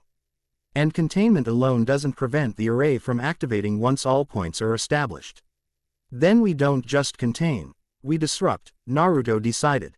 The array requires perfect geometric alignment to function. If we can destabilize even one critical node in the configuration, the entire network fails. Drive. Lin completed, immediately grasping the approach. But identifying the critical node requires complete mapping of the dimensional resonance patterns between all manifestation points. How quickly can you perform that analysis? Naruto asked. With the data we recovered from Brazil and continued monitoring of the developing gates, she calculated rapidly. Approximately 36 hours for preliminary results, perhaps another 12 for confirmation. That's cutting it extremely close, Kakashi observed, studying the progression timelines. The Vancouver and Mumbai manifestations are projected to complete within 42 hours. Naruto made his decision quickly. We proceed on parallel tracks. Containment teams deploy to each manifestation point to delay progression and protect civilian populations. Meanwhile, Drive. Lin leads the analytical team to identify the critical node as quickly as possible. He turned to the assembled team members. Each of you will coordinate with regional hunter associations to establish response protocols at your assigned locations. Hinata, Moscow, Kakashi, Cairo, Sylvia, Sydney, Hunter Cha, Vancouver, and you, Hae-In asked, already anticipating his answer. I'll establish initial containment parameters at each site to slow progression. Then focus on preparing for direct intervention at the critical node once it's identified. His expression remained calm despite the enormous responsibility he was shouldering. Dr. Lin, you have whatever resources you need. This takes priority over all other operations. As the team dispersed to prepare for their deployments, Shikamaru remained with Naruto at the command center, both studying the global display with analytical intensity. Erebus deliberately revealed himself in Brazil, Shikamaru observed. He wanted you to understand the scale of what's happening. Yes, Naruto agreed. This isn't just about power or control, he genuinely believes this convergence is necessary. That makes him significantly more dangerous than a simple conqueror. Troublesome, Shikamaru muttered, his favorite expression of concern woefully inadequate for the current situation. You encountered him directly. Assessment. Naruto considered carefully before responding. Powerful, certainly. Monarch level at minimum. But unstable. His physical form fluctuates between dimensional states rather than achieving true harmony between them. That suggests forced evolution rather than natural transformation. A weakness we could potentially exploit. Possibly. Though instability in a being with that level of dimensional manipulation capability creates its own dangers. Naruto's expression grew thoughtful. More concerning is his knowledge of the original merge event. He understood details that weren't publicly disclosed, including the incomplete nature of the dimensional integration. Suggesting either direct observation or access to classified information, Shikamaru concluded grimly. Neither option is reassuring. Their discussion was interrupted as the global display suddenly flashed with priority alerts. All 7 manifestation points had simultaneously accelerated their progression, dimensional stability degrading at rates far exceeding previous projections. They're responding to our containment preparations, Naruto realized. Erebus is monitoring our communications and adjusting his timeline accordingly. Shikamaru immediately began issuing revised deployment orders while Naruto studied the accelerated progression with growing concern. The race against catastrophe had just become significantly more challenging. Their opponent was no only powerful but adaptively intelligent, capable of anticipating and countering their responses in real time. As emergency protocols activated throughout the facility, Naruto made a decision he had hoped to avoid. Moving to a private communication terminal, he established a secure connection to a contact rarely utilized except in the most extreme circumstances. Director Shimura, he greeted when the connection established. We have a situation requiring global security initiative resources. Kato Shimura's expression revealed momentary surprise before settling into his typical controlled neutrality. Uzumaki. This is unexpected. The artificial gates we've been monitoring are components in a global dimensional array, Naruto explained without preamble. If completed, it will trigger a catastrophic merge event potentially affecting all populated areas worldwide. To his credit, Shimura processed this information with appropriate gravity. You're certain of this assessment? Yes. We've identified the entity responsible, a Monarch-level being calling itself Erebus. It's accelerating the timeline in response to our containment efforts. Shimura's eyes narrowed slightly at the mention of another Monarch. What specifically are you requesting from GSI? Global evacuation protocols for all cities within 200 kilometers of manifestation points. Military resources, diverted to support hunter associations in affected regions. And Naruto hesitated briefly before continuing. Full activation of the dimensional suppression network. This last request clearly surprised Shimura. The DSN was a last resort system designed collaboratively by global powers after the original merge, a network of specialized generators capable of temporarily dampening dimensional energy transfer on a regional scale. Its activation required unanimous approval from the Global Security Council due to significant side effects, including temporary suppression of all hunter abilities within affected areas. That requires council authorization, Shimura noted, and would leave conventional military forces as the only functional response option in suppression zones. I'm aware, Naruto acknowledged, but it might buy us critical time to identify the array's vulnerable point. The formal request is being transmitted through official channels, but I wanted to speak with you directly given the urgency. Shimura studied him for a long moment before responding. I'll convene an emergency council session immediately. In the meantime, GSI resources will be deployed to support evacuation efforts. Thank you, Director. As the connection terminated, Naruto rejoined the command center operations, where Shikamaru raised a questioning eyebrow at his unexpected diplomatic initiative. Shimura will help, he asked skeptically. He will, Naruto confirmed. Whatever our philosophical differences, he understands existential threats. And this situation potentially validates his long-standing concerns about unregulated dimensional activity. Politics as usual, even facing dimensional apocalypse, Shikamaru observed dryly. Troublesome. Naruto's response was interrupted by an urgent notification from Dr. Lin's research team. The scientist herself appeared on the main communication screen, her expression revealing unexpected discovery. Uzumaki-san, we've detected something extraordinary in the global manifestation pattern, she reported. The gates aren't just forming a geometric array, they're creating a specific message configuration. A message? Naruto questioned. Explain. Dr. Lin transferred her findings to the main display, where the global gate pattern overlaid with a complex symbolic structure. When mapped against ancient dimensional notation systems, the precise coordinates of each manifestation point correlate to specific conceptual symbols. Together, they form a coherent message in pre-merge dimensional language. The translated text appeared on screen. 7 words that sent a chill through even Naruto's typically unshakable composure. The age of convergence begins at your origin. Your origin, Shikamaru repeated, immediately grasping the significance. It's referring to the site of the original dimensional breach, Naruto confirmed grimly. Where my transformation occurred 5 years ago. The implications were immediately clear to everyone present. This wasn't just a technical process of establishing dimensional anchor points.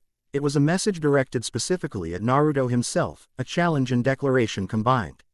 How long until the array reaches activation threshold?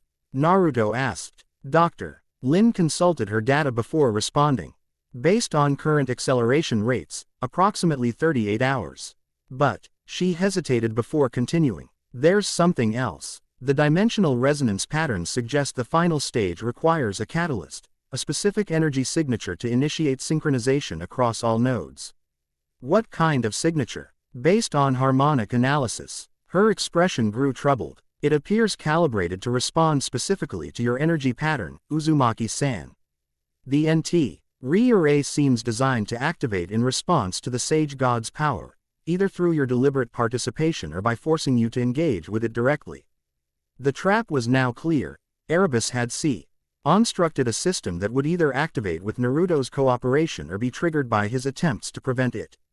The entire global crisis had been engineered not just as a path to dimensional convergence, but as a direct engagement with the Sage God himself. He's forcing my hand, Naruto observed quietly, creating a situation where I must either accept his convergence or potentially trigger it by opposing him. A classic dimensional paradox trap, drive. Lin confirmed. Exceptionally sophisticated design, suggesting intimate knowledge of your specific energy parameters. The command center fell silent as the full implications settled over them. This wasn't merely a global threat but a personal challenge. Erebus had essentially designed an apocalyptic scenario specifically tailored to Naruto's unique existence. After a moment of contemplation, Naruto's expression shifted from concern to decisive determination. Then we change the parameters. If the array is calibrated to my energy signature, we introduce an unexpected variable. What kind of variable? Shikamaru asked. A dimensional resonance modifier, Naruto explained. If we can't prevent the array's activation, we redirect its effects, essentially hijacking the convergence process to our own specifications. Dr. Lin's eyes widened at the audacity of this approach. That would require precise manipulation of dimensional frequencies across all 7 manifestation points simultaneously. Even for you, that level of coordinated intervention would be extraordinarily challenging.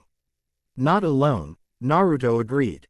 But, with the team positioned at each location, providing localized modification under centralized guidance.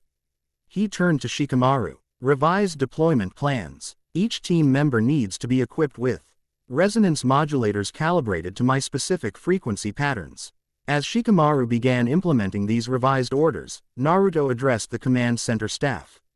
This is no longer just a containment operation. We're engaging in direct dimensional counterplanning against a Monarch-level threat.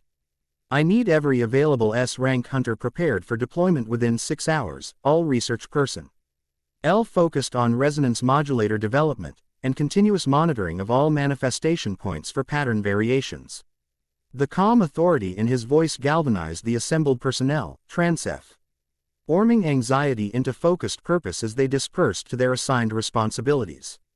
Within moments, the command center transformed from crisis monitoring to active counter-operation planning, entire organization pivoting to address this unprecedented threat. As preparations accelerated around him, Naruto took a rare quiet moment to center himself, golden energy briefly shimmering beneath his skin as he communed with the being that shared his existence. He's challenging you directly, Kurama observed within their shared mindscape. This Erebus wants more than just dimensional convergence. He wants your acknowledgement, your engagement. I know, Naruto replied internally. The question is why? What does he gain by forcing this confrontation rather than proceeding quietly with his plans?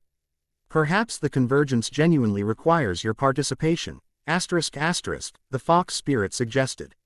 Or perhaps this is something more personal, a being who sees himself as your counterpart. seeking validation through conflict. Naruto considered this perspective thoughtfully. Throughout history, those who achieved extraordinary power often sought worthy opponents, not necessarily from malice, but from the profound isolation that accompanied transcendence beyond normal limitations. Was Erebus simply another expression of this pattern? A being who had achieved monarch status, only to find himself fundamentally separated from conventional existence, seeking connection through the only other entity who might truly understand his nature. The philosophical contemplation was interrupted as Hae-In approached, already equipped for deployment to Vancouver. Her expression conveyed professional readiness tinged with appropriate concern given the unprecedented nature of their mission. The resonance modulators are being prepared, she reported. Dr. Lin estimates completion within 3 hours. Naruto nodded acknowledgement. Your assignment in Vancouver will be particularly challenging. The manifestation there is progressing faster than the others, possibly due to pre-existing dimensional instability in the region. I understand. She hesitated briefly before adding. The message in the array configuration, it was meant for you specifically. This Erebus seems to have designed this entire scenario around forcing your involvement. Yes, Naruto agreed simply. Why? The directness of her question matched her straightforward personality. What does he gain by announcing his intentions rather than proceeding covertly? I've been asking myself the same question, Naruto admitted. The most concerning possibility is that he needs my direct involvement, that the convergence process requires the participation of multiple monarchs to stabilize the dimensional transition. Hae-In absorbed this theory with characteristic thoughtfulness. And the less concerning possibility. A brief, surprisingly human smile crossed Naruto's features. That he's simply lonely. Existence as a transcendent entity can be isolating. Before she could respond to this unexpectedly personal insight, alarms sounded throughout the command center. The main display flashed with urgent notifications as all 7 manifestation points simultaneously accelerated their progression far beyond previous rates. Dimensional stability degrading at all locations, reported a monitoring specialist. Estimated time to full manifestation revised to 22 hours, less than half previous projections. Across the global display, cities near manifestation points reported preliminary effects, localized reality distortions, gravitational anomalies, electronic systems failing as dimensional bleeding affected fundamental physical constants. He's accelerating the timeline again, Naruto observed grimly. Responding to our countermeasures before we can implement them. The message was clear. Erebus was not only monitoring their responses but actively countering their preparations. Forcing a crisis timeline that strained even the IHA's extraordinary resources. The challenge had escalated from strategic confrontation to direct temporal competition. As emergency protocols activated and deployment schedules compressed, one thing became increasingly evident to everyone involved. The coming hours would determine not just the outcome of this specific crisis, but potentially the fundamental nature of reality itself moving forward. The age of convergence was approaching. Whether it would represent catastrophe or transformation remained to be seen. Chapter 3 End. The End. I hope you enjoyed this episode. Remember to subscribe and like this video. See you in the next video.